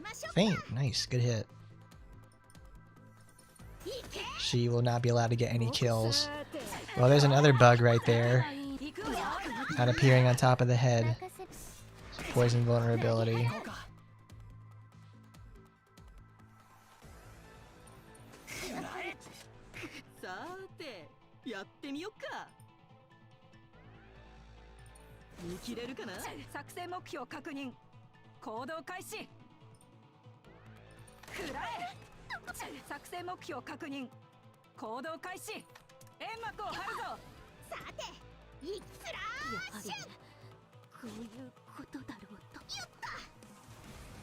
I can't believe it. This is Igawa on Igawa violence. This is terrible. You shouldn't be beating up your family like that, Sakura. But that's my aunt. I didn't even know it.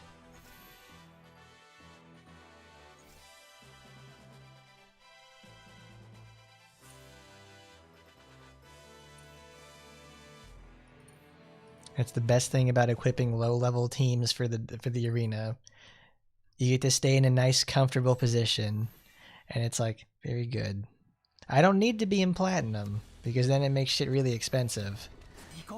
I just need to be right here because so I can just have a nice, relaxing experience doing all this, and I'm not worried about what happens.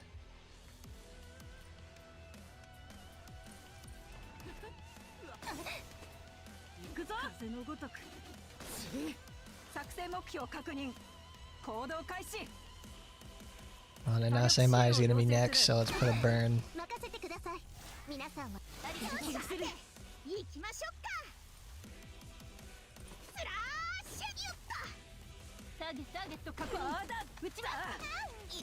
Sniper bonk. 行こうか。さてやってみよっか。切り捨てる。そんな行くは任せこれで少しは防げるでか。気がする。作戦目標確認。行動開始。くらえ。さて行きましょうか。スラッシュ。行こうか。さて見切れるかな。任せにいたしませんよ。作戦目標確認。行動煙幕を張るぞ。 Good pop one off there, Mirabel. Very good job. Active skill disable, which is not too bad.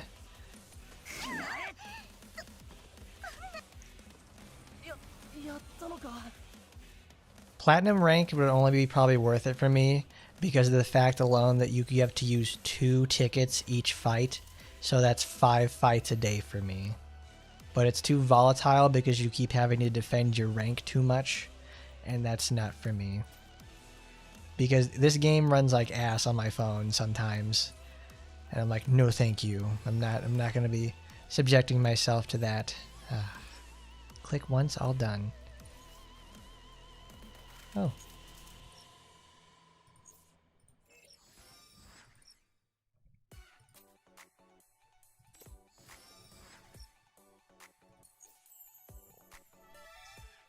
Ooh, costs down and increase that. Very cool. I think I'll save that on my own personal time though. Because then now we already showed up what Kara did. We did all that. Oh. Before that happens, let's show the interaction between her and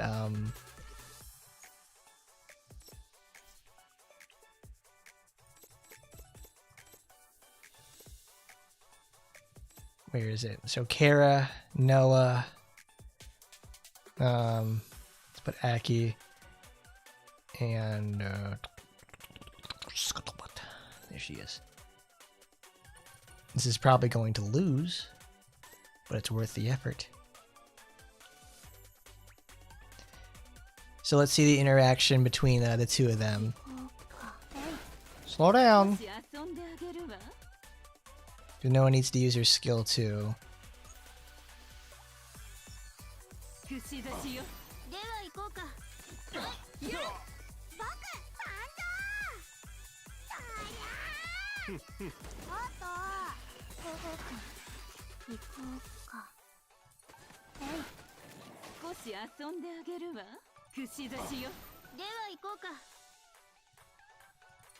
Put my power hitter in the front for that so we can get rid of the dog. 行こうか。少し遊んであげるわ。串刺しよ。では行こうか。 I'm surprised that they have like, you know, a togetherness attack, but they don't have a bond scene, which is kind of odd. 行こうか。少し遊んであげる。串刺しよ。 Thanks, Mom. I think Aki's the fastest team on now. 行こうか。 Noah is.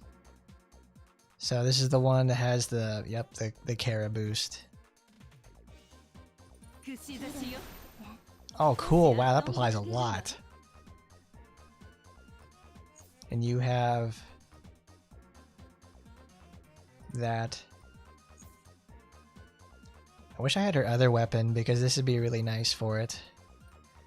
Bleed vulnerability. では行こうか。邪眼熾烈。僕参上。ほら、可愛い僕の。ありがとう。聞いたわ。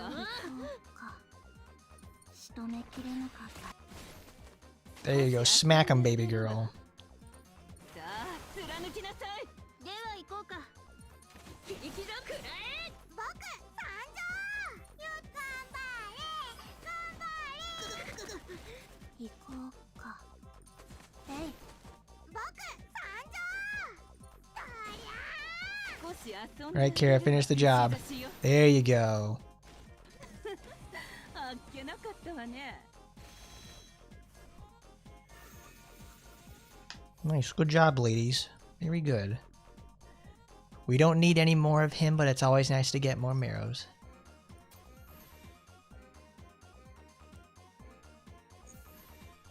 Well, it's a bond skill that also, you know, it's a bond skill but not a bond skill.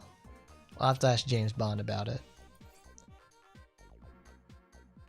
Because I think I actually, with Aki, I don't know. I'll have to do this, I'll have to do just a little tweaking from my Poverty Bleed team. Because I also have, we have Oboro, we have Marrow that applies a shitload of bleed, we have Kara, and we have Noah, who will probably be our damage dealer to take advantage of it in the first place. So that'll be worth it. Cha-ching. Fantastic. Oh, perfect. I know what we can do now. We can do this. Nope. Characters. Take you off of there. Where is she?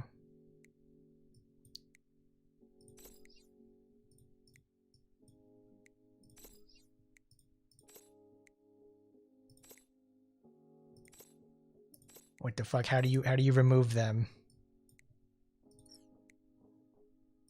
Oh no. Oh no, I can't figure out how the game works. Just try to fucking right click.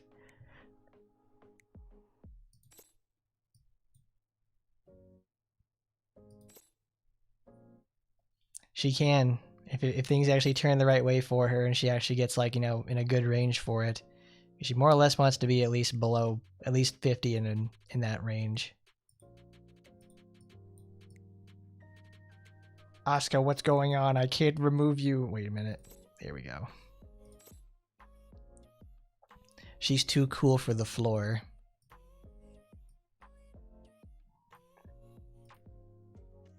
It's the same one.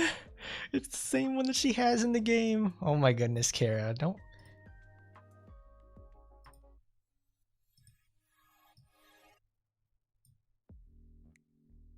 Good to see you too, Minos. But we are going to be finishing up for today. We have to show off what Kara does.